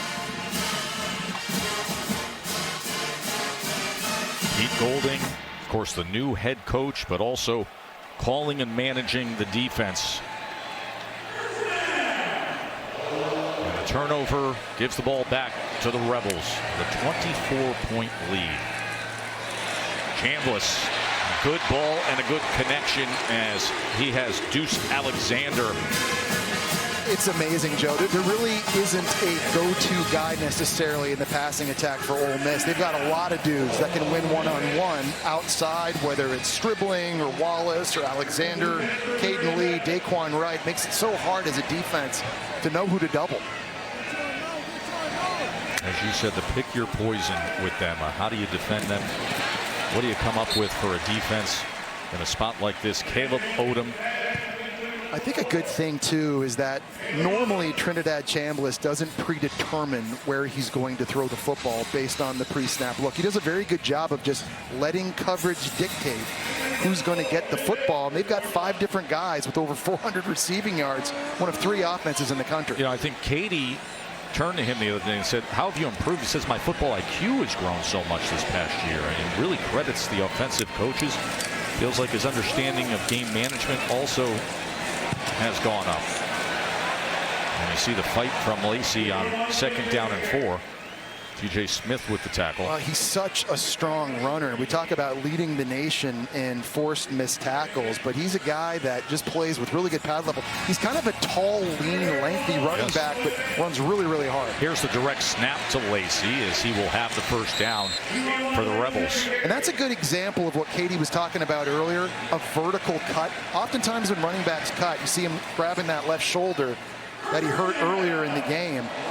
When they cut normally, they cut east-west. Watch when he puts his foot in the ground right here. He's going upfield. And all that momentum's driving forward. Obviously, 3 defenders land on top of him. Certainly hope he's okay. Logan Diggs re-enters the game. As you saw Lacey favoring that shoulder after that play. Chambliss on first down. Checks down to Diggs. Nice spin move by Logan Diggs. All the way down to the 12-yard line. Well, it's good to see Logan Diggs making a big play like that. Missed all of last year with an ACL injury that he suffered in the bowl game for LSU at the end of the 2023 season. One-on-one, he's working that time against Kevin Adams. Gives him the little circle button. And Lacey comes out, and they get another big play from their backup running back. Man. There's a Tulane defensive player who's down, and that's Jack Chinchu, who was the most outstanding player of the American Championship, the win against North Texas. Had an interception on a tip pass in the first half, had a forced fumble, recovered a muff punt. Starting safety is down, and the medical team is out to tend to him. And I can't remember a game where so many key players from each team been going down and dropping like flies. There's See Caleb over there, Odom. that's Caleb Odom. Tight end, he's right now wincing in pain as well. And here's Lacey getting up a couple plays ago, grabbing that left shoulder. Katie reported earlier they offered him a harness to wear here in the second half to help with that. He decided not to. Now, one of the best players on Tulane's defense, Chenchu, a first-team All-American Conference player, down on the ground.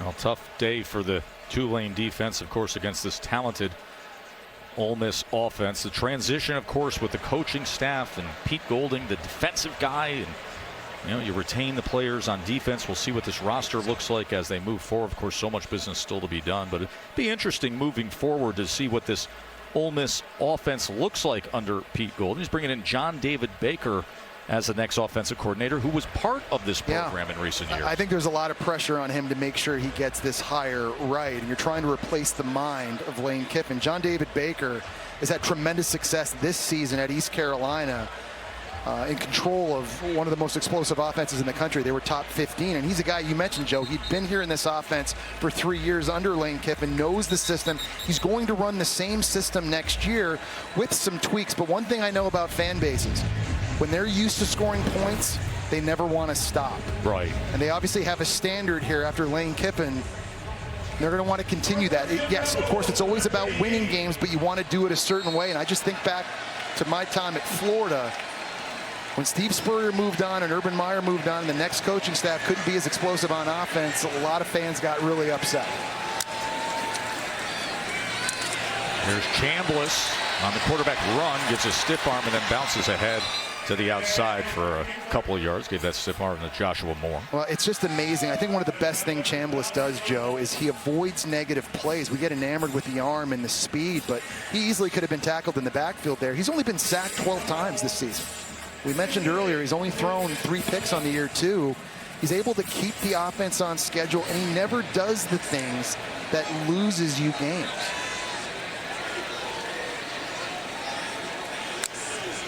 Final minute of this third quarter. Chambliss. And it's going to be first and goal after the reception by Caden Lee. It's hitch routes outside, and it's the slot routes running these quick sticks and finding the soft spots in zone coverage. That's where they've been attacking in the quick passing game, and it has paid major dividends. This Ole Miss offense, as you see in Kewan Lacey, in obvious pain, leaving the field. Final seconds here of the third quarter as Ole Miss is going to be thinking about a trip down to New Orleans in 15 minutes. What a scene it is here in Oxford today. The college football playoff here in this picturesque town. And it's been all Rebels. Fourth quarter when we return right here on TNT.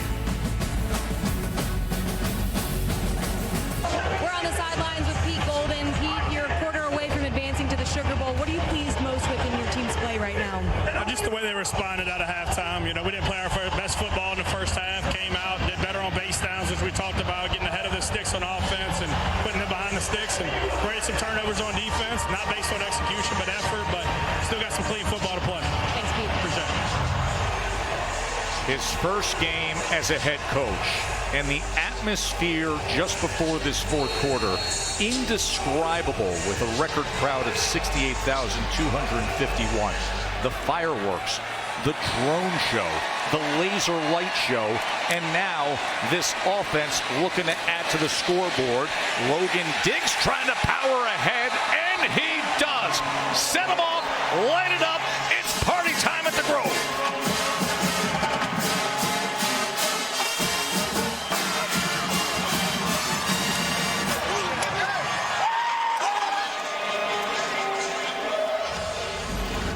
Really nice job. P.J. Wilkins here in the game at left guard, getting a block. The tight end's coming around as well. It's a direct snap to Diggs. Nice job being patient, letting the block set themselves up, and a big, strong runner at 6 feet, 220 pounds, dropping those pads, driving the legs, and hitting pay dirt.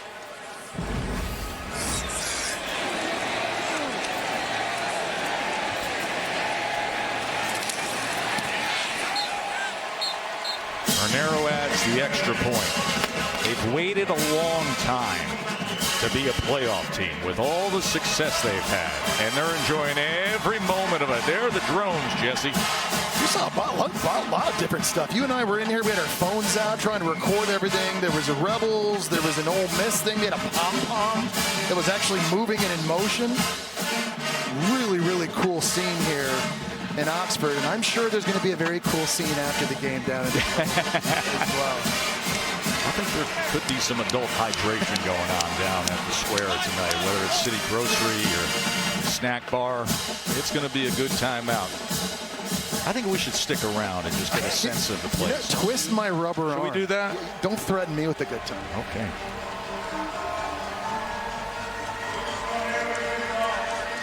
Logan Diggs in for Kewan Lacey. Katie was discussing the left shoulder injury for Lacey. No need to have him in there at 34-3. Meanwhile, Diggs, I mean, what a luxury to have Diggs as your backup running back, a guy who was a star at Notre Dame, a starter at LSU for times, and comes here to Ole Miss to be part of this sensational offense that's third in the country in total offense. They average nearly 500 yards per game. And of course, you know what is coming down the road on New Year's Day, the Sugar Bowl against the 3-seed Georgia rematch. Well, in order to win this, Ole Miss is going to have to do a better job running the football. Here, 665 pounds, can't move one deep tackle.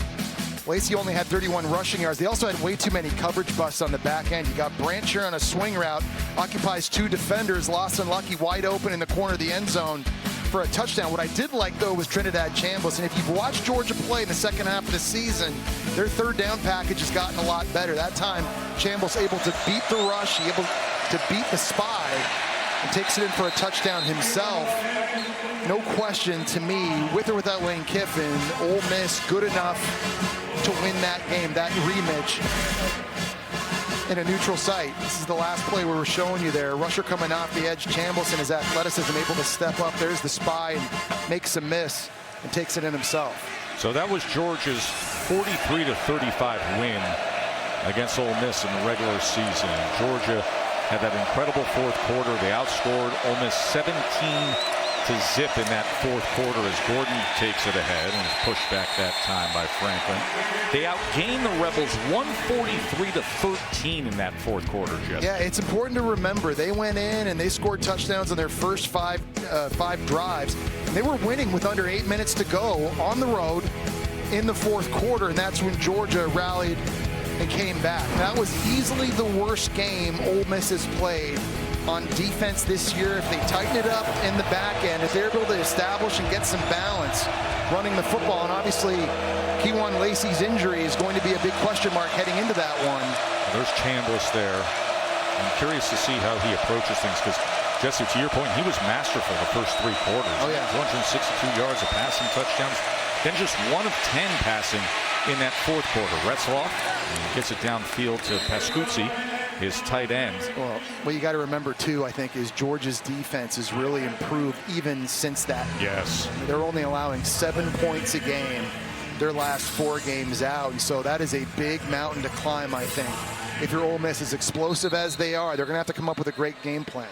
We broadcast Georgia early in the season. Then we had them in the big rivalry game against Georgia Tech. It was a distinct difference in the things they're doing defensively and how they're approaching it. I think on third downs in particular, they were having some issues getting pressure on the quarterback at the start of the year. They've been very exotic and very creative with their personnel groupings and some of the looks, some of their packages, which has made them much more difficult to move the football against. Here's what they're looking at to see if Johnny Pascuzzi made that line to gain and if it's a Tulane first down or not.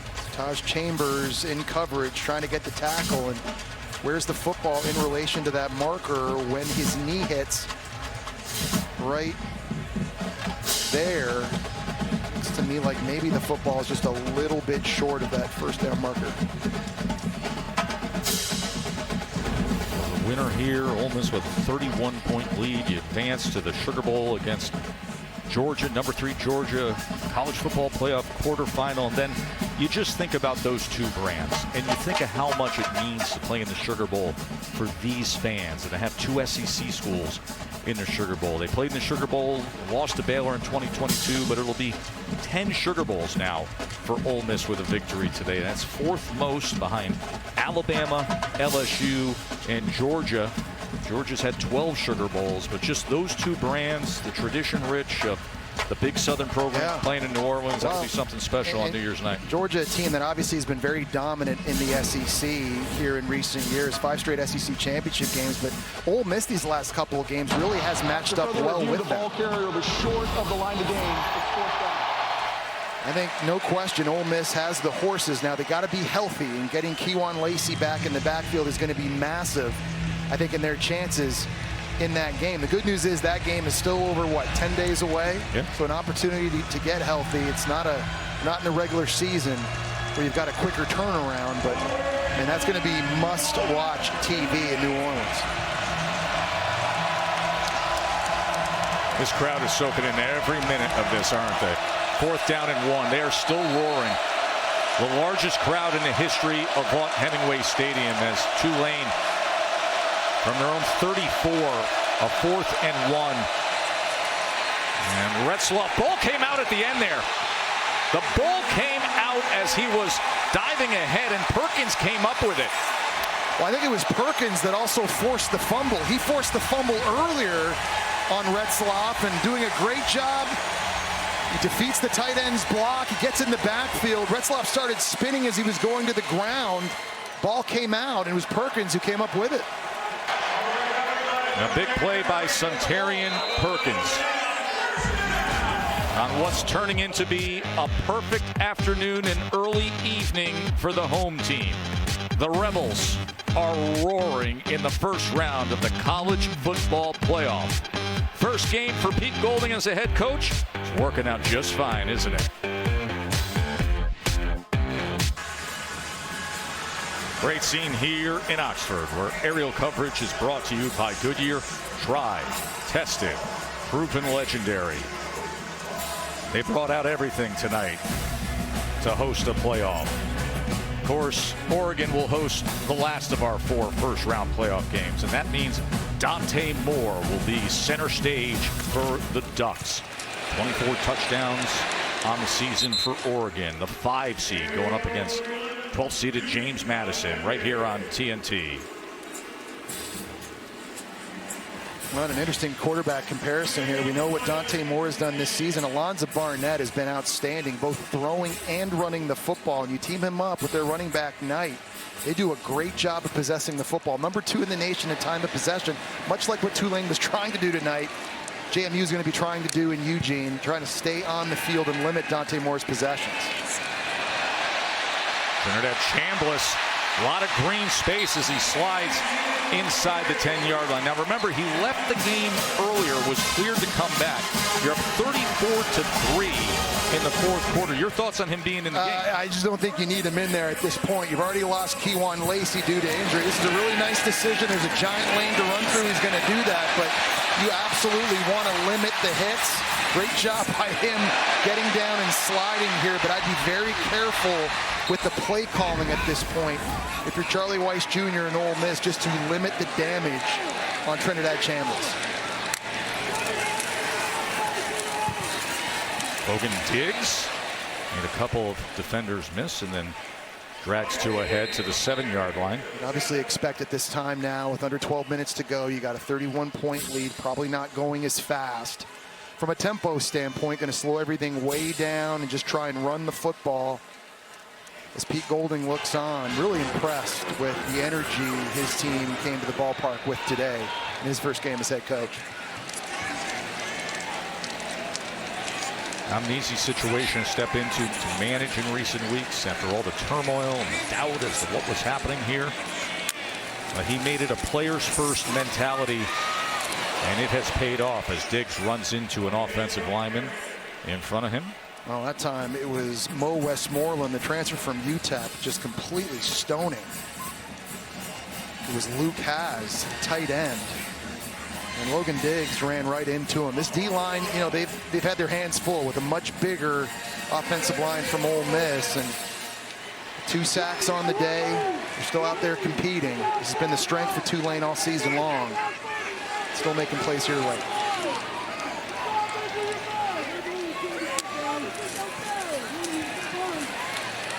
Chambliss going to scoot ahead, and he dives ahead for the touchdown.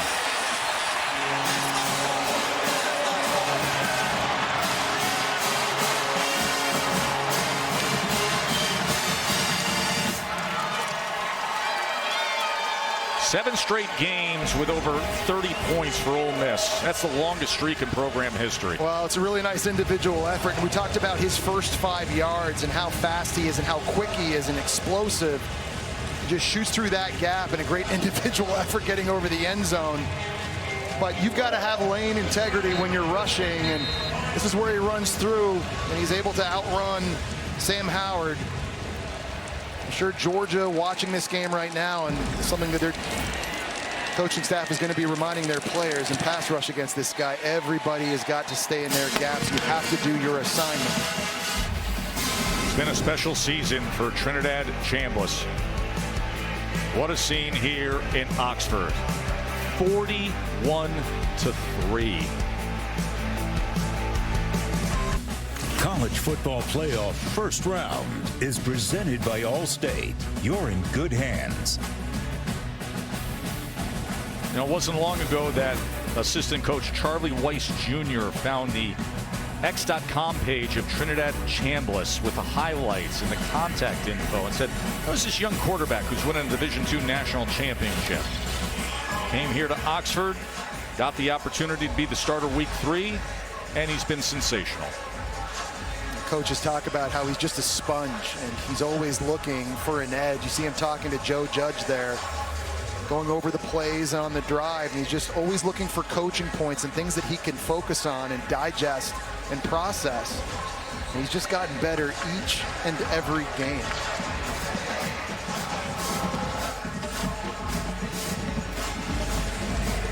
Up by 38 points are the Rebels. The largest win margin in a postseason game is 32 points. That happened twice in the Gator Bowl last year, then the Sugar Bowl in 1958. Here's Trinidad Chambliss. Well, he's been spreading it around all game long. It's something that we've seen him do here. He starts in the running game, little play fake, and then finding in the slot there, dribbling on the stick route. Nice job on the dagger over the middle of the field, and then swinging it out to Logan Diggs as well. It's been receivers, it's been tight ends, it's been running backs, and when no one's open, he's just taking off and he's doing it himself. Making very, very good decisions. And again, it's the decision making and avoiding the negative plays that I think has been a critical part and factor in Ole Miss's success this season.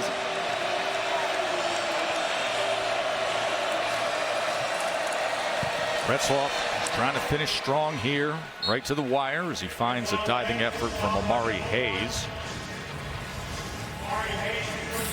Retzloff began his career in junior college, transferred to BYU, found success there.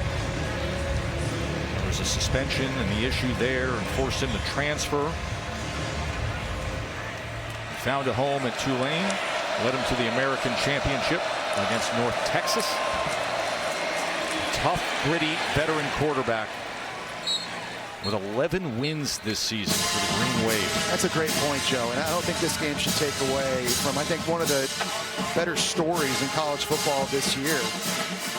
Has to withdraw from BYU, days later enrolls at Tulane, just days before training camp, and really quickly had to learn the offense, had to establish himself as a leader, and here he is quarterbacking his team in the college football playoff. 2nd and 6. Retzloff, as he gets it complete for a first down. And it's Brown Stevens who has been one of his favorite targets today. And I'll show you the path that he's taken because it is a curious route for Retzloff to find success here from Golden West Community College. Then he goes to Riverside Community College. So he was the #1 JUCO quarterback who then lands at BYU. And this year, tons of success with the Green Wave. Here's the trick play as Hayes tried to throw it back to Retzloff, but it was denied by Graham, the true freshman. We're seeing a lot of the depth and a lot of the athleticism that Ole Miss has. We knew Tulane was going to try a lot of trick plays in this game and just try and be aggressive. And at this point, being down as much as they are, why not? But good job here by Graham, just staying under control and knocking that thing down. And by the way, even if he had gotten that thrown off and Retzloff catches it, he's getting tackled right away. Ole Miss was there on the back end. Saw Retzloff also on a kickoff return formation where they faked a throwback to him. Seen a few trick plays attempted today by Tulane. John Sumrall, of course, will be bringing all his success to Gainesville as the next head coach at Florida. By the way, a couple of amazing coordinator hires by Sumrall with the Gators. That's the thing that I think has been most impressive is you're going out and you're getting a stalwart on D coordinator in Brad White, who's had a lot of success coordinating at Kentucky, and then in my opinion, one of the best offensive coordinators in the country, and Buster Faulkner coming over from Georgia Tech. He's done an outstanding job building his staff in Gainesville.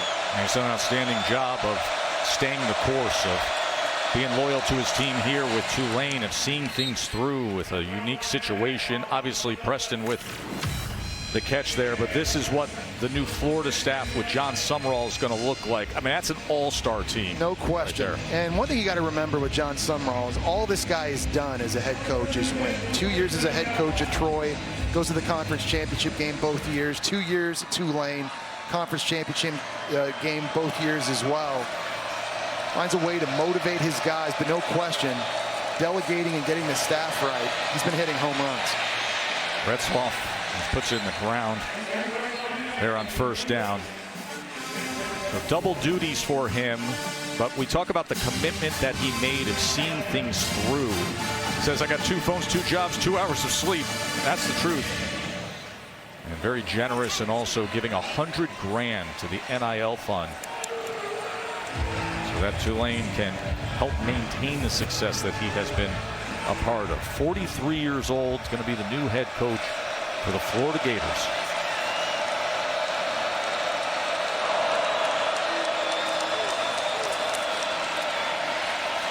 Second and 10, incomplete. Summerall said how you leave a place is as important as how you arrive. And he said in 20 years, when this team is honored on campus in New Orleans, I want to be part of that celebration. I want to be able to stand toe-to-toe with these players and be welcomed back to campus. The former middle linebacker at Kentucky, okay, that tells me a lot. He's a middle linebacker. He loves his job. He loves his players. He has brought an honest and direct approach. That's what you're getting at Florida. Well, Quinn, he's left this program at Tulane in really good hands for Will Hall on his staff, who's going to take over as their 3rd head coach in 4 years. And get that continuity of Hall getting the big job of having a staff member get it as it's overthrown for Brown Stevens. See Will Hall right there. He's a guy that was offensive coordinator here at Tulane back in 19 and 20, and then went to be the head coach at Southern Miss. And in 22 actually took his team into New Orleans and beat the Tulane squad that ended up winning the Cotton Bowl and beat USC at the end of that year. So a guy that understands, I think, the environment, understands the culture at Tulane, but a guy that's also been a head coach at West Georgia and West Alabama, who has that experience as well, and taking over a program with so much success these last 4 seasons. Here's a 4th and 10. Retzloff, they were collapsing on him as he had to get rid of the ball, and a flag does come down at the 35-yard line.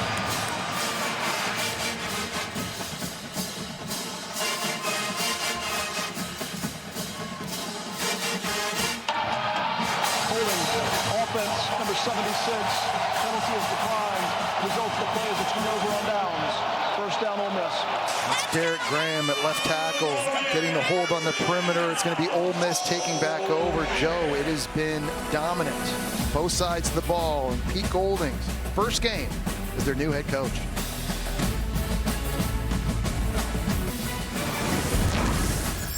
Remember, still to come your way, James Madison, the 12 seed at Oregon. Coach Chesney is going to be headed to take that UCLA job, but he's got the Dukes there against the Ducks tonight to close out the first round of the college football playoff. That is 7:30 p.m. right here on TNT. Austin Simmons in at quarterback as Taylor gets the carry for Ole Miss. So the reserves are in now with a 41-3 score, and coming up on 7 minutes to play in this first round game. You think about the college football playoff, we got a couple group of 5 teams, and there's Notre Dame at 10 wins. And if it was a different system, can you imagine this would have been Notre Dame at Ole Miss? Listen, I'm all about inclusivity, and I'm fine with one group of 5 team making it into the 12-team fold, and that team deserved to be Tulane. They won the best group of 5 conference. They beat Duke, the eventual ACC champion. But as a fan, I want to see the other 11 teams that have a legitimate chance of winning a national championship. And I think you and I, having seen, and Katie, having seen Notre Dame in person this year, I think you and I both feel that Notre Dame had a legitimate chance to compete for a national championship this year. I don't know if James Madison really does. We're going to find out tonight how they look against Oregon. But as we keep talking about, we keep working towards getting the 12 best teams in the playoff, I do think you have to cap the group of 5 participation at just one team as a starting point. People have been open in talking about the why. So why is this? Why is there inclusion? Why do we have the group of 5 in? At the end of the day, you're avoiding antitrust lawsuits. You're basically saying, hey, the Power 4 conferences can't hog the whole thing. You have to have some inclusion. But the fans sit there and they say, I want the best 12 teams. I want to see a national championship, to your point, where everybody truly is there to contend for a national championship. This has been a completely non-competitive game. If this was Notre Dame, what kind of game would we have? Imagine how big this environment already is for this one. And what that would have looked like if Notre Dame had that opportunity. Of course, we got a rematch of something we already saw on the scoreboard in this game, not much different than what we saw earlier in September. So I think this is something that the committee needs to continue working out as they press forward, as you take a look at what the bracket looks like right now. Obviously, we know that Miami has advanced. They're going to be playing Ohio State. It'll be Ole Miss and Georgia in a rematch, which is going to be great. Indiana, Bama out in the Rose Bowl, fantastic. We'll find out what happens tonight between Oregon and James Madison to see who has the privilege of taking on Texas Tech, the Big 12 champion, in the Orange Bowl. So Alabama against Indiana in the Rose Bowl game. Ole Miss against Georgia in the All-State Sugar Bowl. Miami and Ohio State in the Goodyear Cotton Bowl. And then Oregon and JMU tonight.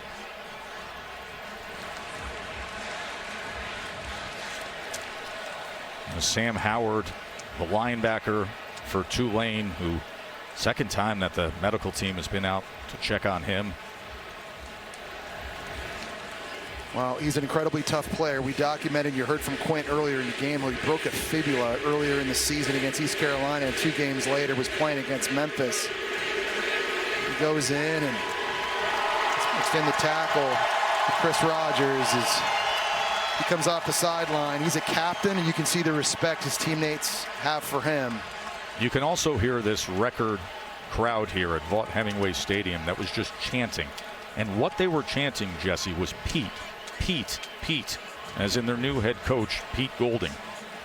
There's a lot of excitement for him. And he's a Mississippi guy, right? Played and coached at Delta State. I got to say, I love the hire because of his familiarity, not just with this school and this program, but I think also within the SEC and within the state of Mississippi. Katie, in hanging out with him, he has taken the correct approach.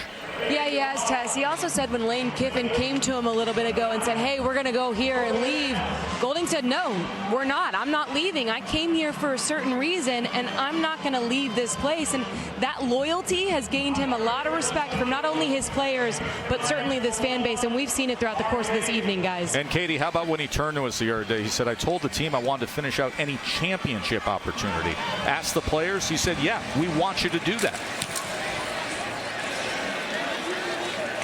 So he says, Jesse, this is a player-led team, that they drive the train, and he just tries to keep it on the tracks. Well, I also like that Pete Golding isn't trying to change or be anybody that he's not now that he is the head coach moving forward. He knows what his identity is. He knows who he is and what he's about, and he's not going to change the way he dresses. He got a haircut for his, for his press conference. He's not, listen, he would be the first to tell you he's not about that. No, right? That was a big step for him. He's not going to be doing hot yoga anytime soon. I know that. He might enjoy a few cold ones after this one too, but I think that's one thing the players certainly love about him. He can look them in the eye. They know what he's about. They know what they're going to get, and that's so important at this juncture of the season in the playoff. As Maurice Turner takes it ahead, and he gets back to the line of scrimmage. Let's show you what happened earlier today in the Grove. Universally accepted as the premier tailgating spot in college football. And the love that they were showering down on Pete Golding, well, you could hear it. It was loud as Trinidad Chambliss in the crowd and the team made their way through. But he said it was player-led. Remember, Lane Kiffin used to be right at the front of that going through the Grove. And Pete Golding said this is going to be a player-led team, and that was the statement he wanted to make as Shaz Preston takes it ahead. He wanted the players to be going through the Grove on that Rebel walk.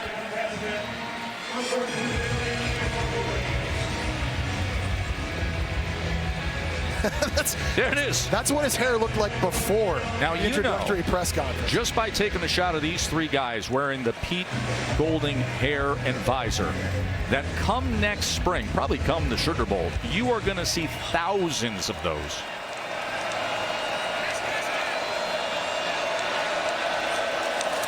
So Preston had the 40-yard reception. And Retzloff showing you a little bit of his ability running the ball. as he takes it ahead for a first down here, under 5 minutes to play in this first round college football playoff game. Well, I think if you're John Sumrall, the head coach at Tulane, you're watching the last several minutes here as head coach of this program. It's good to see your guys still out there competing. And I was talking to Coach Sumrall before the game, and I said, hey, sometimes when you just watch film, you can tell when kids love playing for you and they play with great energy. And he said it's so easy with this group. They show up every day. They come to work. They have the right attitude. They've had phenomenal leadership all season long in their locker room. Have they ever? Think about the success that he has had. As this is the tight end, Reed, as he strides inside the 10 and right into the end zone. Justin Reed with the touchdown. Good job staying in bounds, keeping his balance. 29-yard touchdown reception. Well, nice job by the big fella, just tight-roping down the sideline. And he's a big dude, 6'5", 255 pounds. Southern Miss transfer, able to stay in bounds. The play fake just froze a linebacker for a split second that allowed him to get into the flat. And, you know, Pete Golding, he's the head coach. He's still the DC, though, at heart, and that always drives you nuts because it's all about finishing. That's the message you're always trying to deliver to your team. Compete all the way until there's zeros on the clock.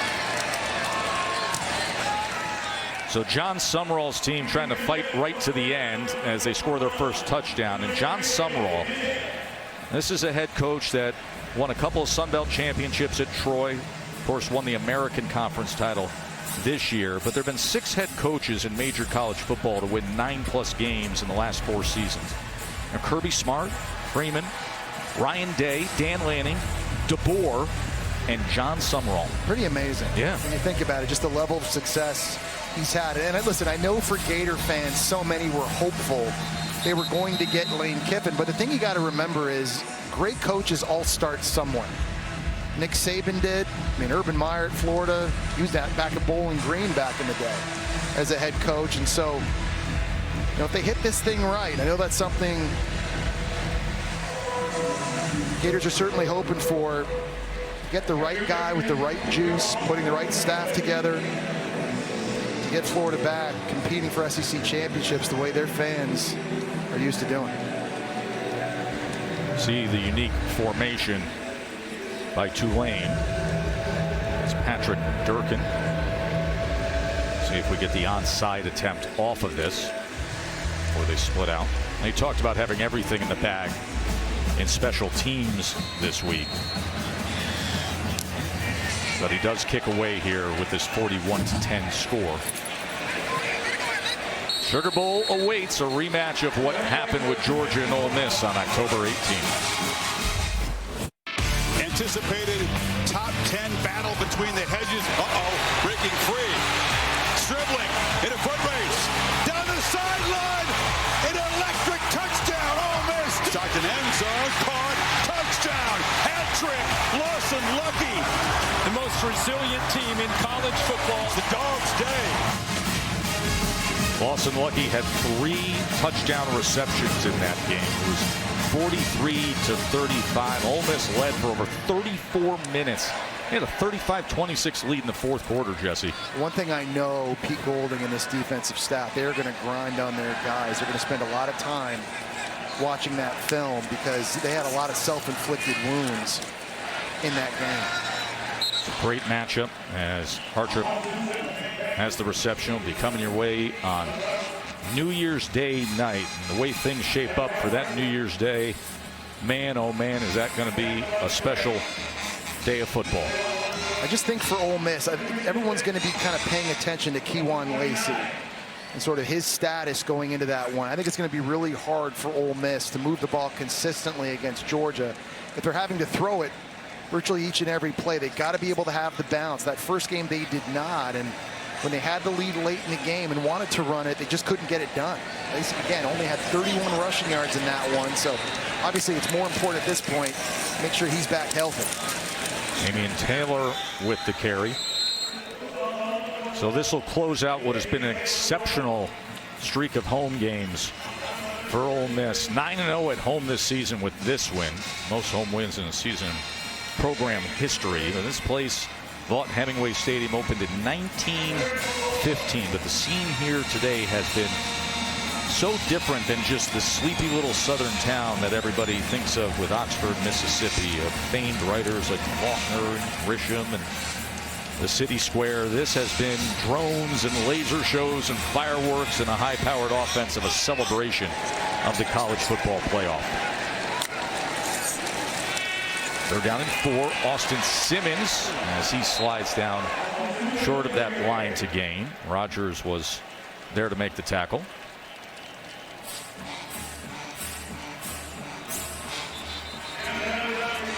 Two-minute timeout coming our way.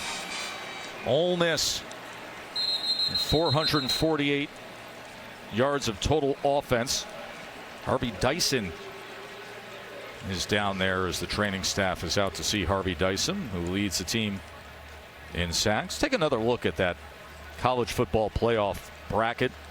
I've been telling you how exciting the action will be over the course from December 31st with what we now know will be Miami and Ohio State in the Goodyear Cotton Bowl Classic, with Alabama and Indiana meeting up out in Pasadena, and you can fill in Ole Miss for the All-State Sugar Bowl. I think what's going to be key for Ole Miss in that game and moving forward with respect to their chances of winning a national championship, to me, Joe, I think is going to be the secondary for Ole Miss. That was a big question mark coming into this year. Had to replace 5 starters, went to the portal, and they've been a little bit up and down. And in that Georgia game last time, gave up 4 passing touchdowns.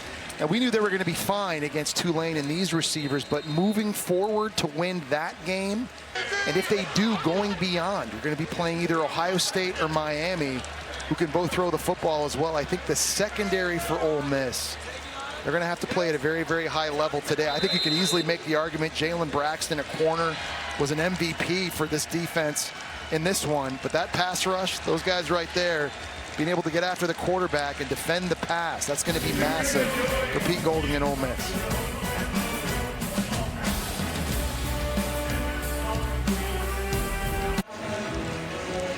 What a scene here in Oxford as aerial coverage is brought to you by Goodyear. Legends aren't born, they're proven. We got some legends that are showing up on the Jumbotron. They're dancing on the sidelines to ABBA.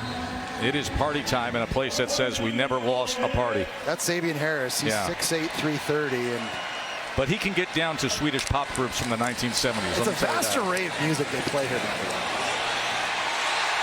They're throwing coming out of the 2-minute timeout as Devin Price comes up with the reception. Well, when Austin Simmons came in the game at the end of the first half, they let him throw it, and he throws an absolute dart here on 4th down to keep the offense on the field. And now at this point, expect some form of victory formation for Ole Miss. They can officially close the book. I mean, even when they need a first down today, it's impressive, right? It's a 35-yard strike downfield just to close out the game.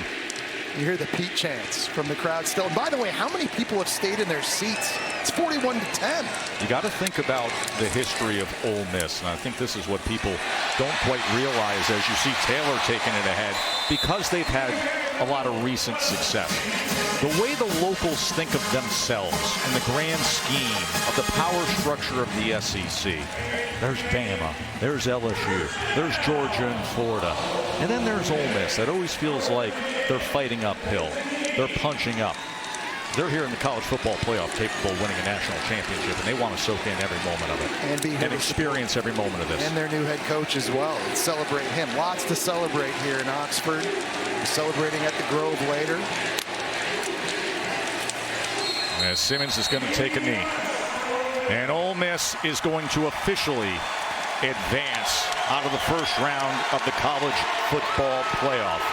And what a showcase event it'll be in New Orleans. Just a 5-hour drive south of here for the rematch against Georgia. Their only loss on the season when they were leading in the 4th quarter. And they're going to do it with a new head coach who they absolutely love out of the gate. Pete Golding is 1 for 1, and he's going to lead this team on New Year's Day a step closer for a hopeful national championship. I think a big question coming into this one, what would they look like without Lane Kiffin? I think the answer in this one's pretty simple. They were dominant in all three phases of the game. An impressive win for Ole Miss. A very confident team, I think, heading into that Sugar Bowl rematch with the Georgia Bulldogs. They like to say around here, we've never lost a party. No, they haven't. 41-10 as they just celebrated with the Gatorade splash on their new head coach, Pete Golden. Katie. Pete, that was a dominant first-round performance. What impressed you most about the way your team played tonight? I was just excited for them to put everything behind them and get back on the grass and do what they love to do. And so they created a great opportunity for themselves and came out and responded how I thought they would. What'd you learn about your players, given the way they handled themselves over the last few weeks? They're the same guys that we recruited. They're tough, they're competitive, they love football, they're resilient, they've got grit. It's a group that enjoys playing together. So we knew we were playing for another opportunity. We don't want it to end. This was your first game as a head coach. What was tonight like for you? It's good when you got good players. So we'll see what they're chanting next time. You faced Georgia in the Sugar Bowl. What excites you about getting that rematch? Really nothing right now. No, Kirby and them do an unbelievable job. Obviously, we played them at third place earlier the year. Didn't play very well. We're going to play really well, but they do a great job. Enjoy. Congratulations. Best of luck moving forward. Appreciate you. Tess. Let's go to Quint. Trinidad Chambliss, we're kind of soaking it in right here. How do you best describe this environment, this atmosphere, this feeling? Man, this is amazing. Hearing these fans, we love them. We love the support that they have, and I'm happy that Ole Miss got a first playoff win. It's been a tumultuous last month here in Oxford. How was the team able to get off to such a fast start today, given the drama? I think we just wanted to play football. Yeah, appreciate you. We haven't played in about 3 weeks, and we were hungry to play. We were watching the SEC championship game, and we felt like we should have been in that, but it is what it is. But, our guys, we just want to win, and we want to play football. What type of response does Pete Golden get from the team? We love PG. He's a motivator. He knows how to get to us, and he loves to win. So we like playing for a guy like that. Trinidad, great job tonight. Congratulations. Thank you so much. God bless. Joe. Quentin Katie, great job tonight here on this first round coverage on TNT. All right, Jesse, what do you say we fill in this college football playoff bracket? The way it looks right now is only one first round game remains. That's pretty amazing. And some of these matchups, you just feel like big-time matchups with Ohio State. Miami's defense looking so good earlier today against Texas A&M. Ole Miss, Georgia was great earlier in the year. We're going to see it again. Bama in that comeback win against Oklahoma gets the Heisman Trophy winner and #1 Indiana. And now we get to go to the Grove, Joe, and get Katie and Quinn and find out what happens over at Autzen Stadium tonight. It's going to get a little silly here in Oxford. They've never lost a party, and they're going to be partying deep into the night. The drones spelled it out. Success on the field, 41-10. For Katie, Quint, Jesse, I'm Joe Tessitore. Enjoy the rest of your night. You got James Madison and Oregon coming up right here on TNT. But let's get you back to our college football scoreboard studio with Kevin and Booker. Gentlemen, take it away. Tess, thank you. Ole Miss winning their first ever playoff game. Now getting ready for the Sugar Bowl in Georgia. Meanwhile, woo, look at the Ducks looking clean, Dante Moore. That's the first thing I always look at. What uniform combination are they going with? They got 100, but that one right there is pretty clean. They've won 6 straight games since losing to Indiana. Only have allowed its opponent to score over 20 points in one contest. James Madison is the matchup. Just over 30 minutes away. Kickoff here on TNT.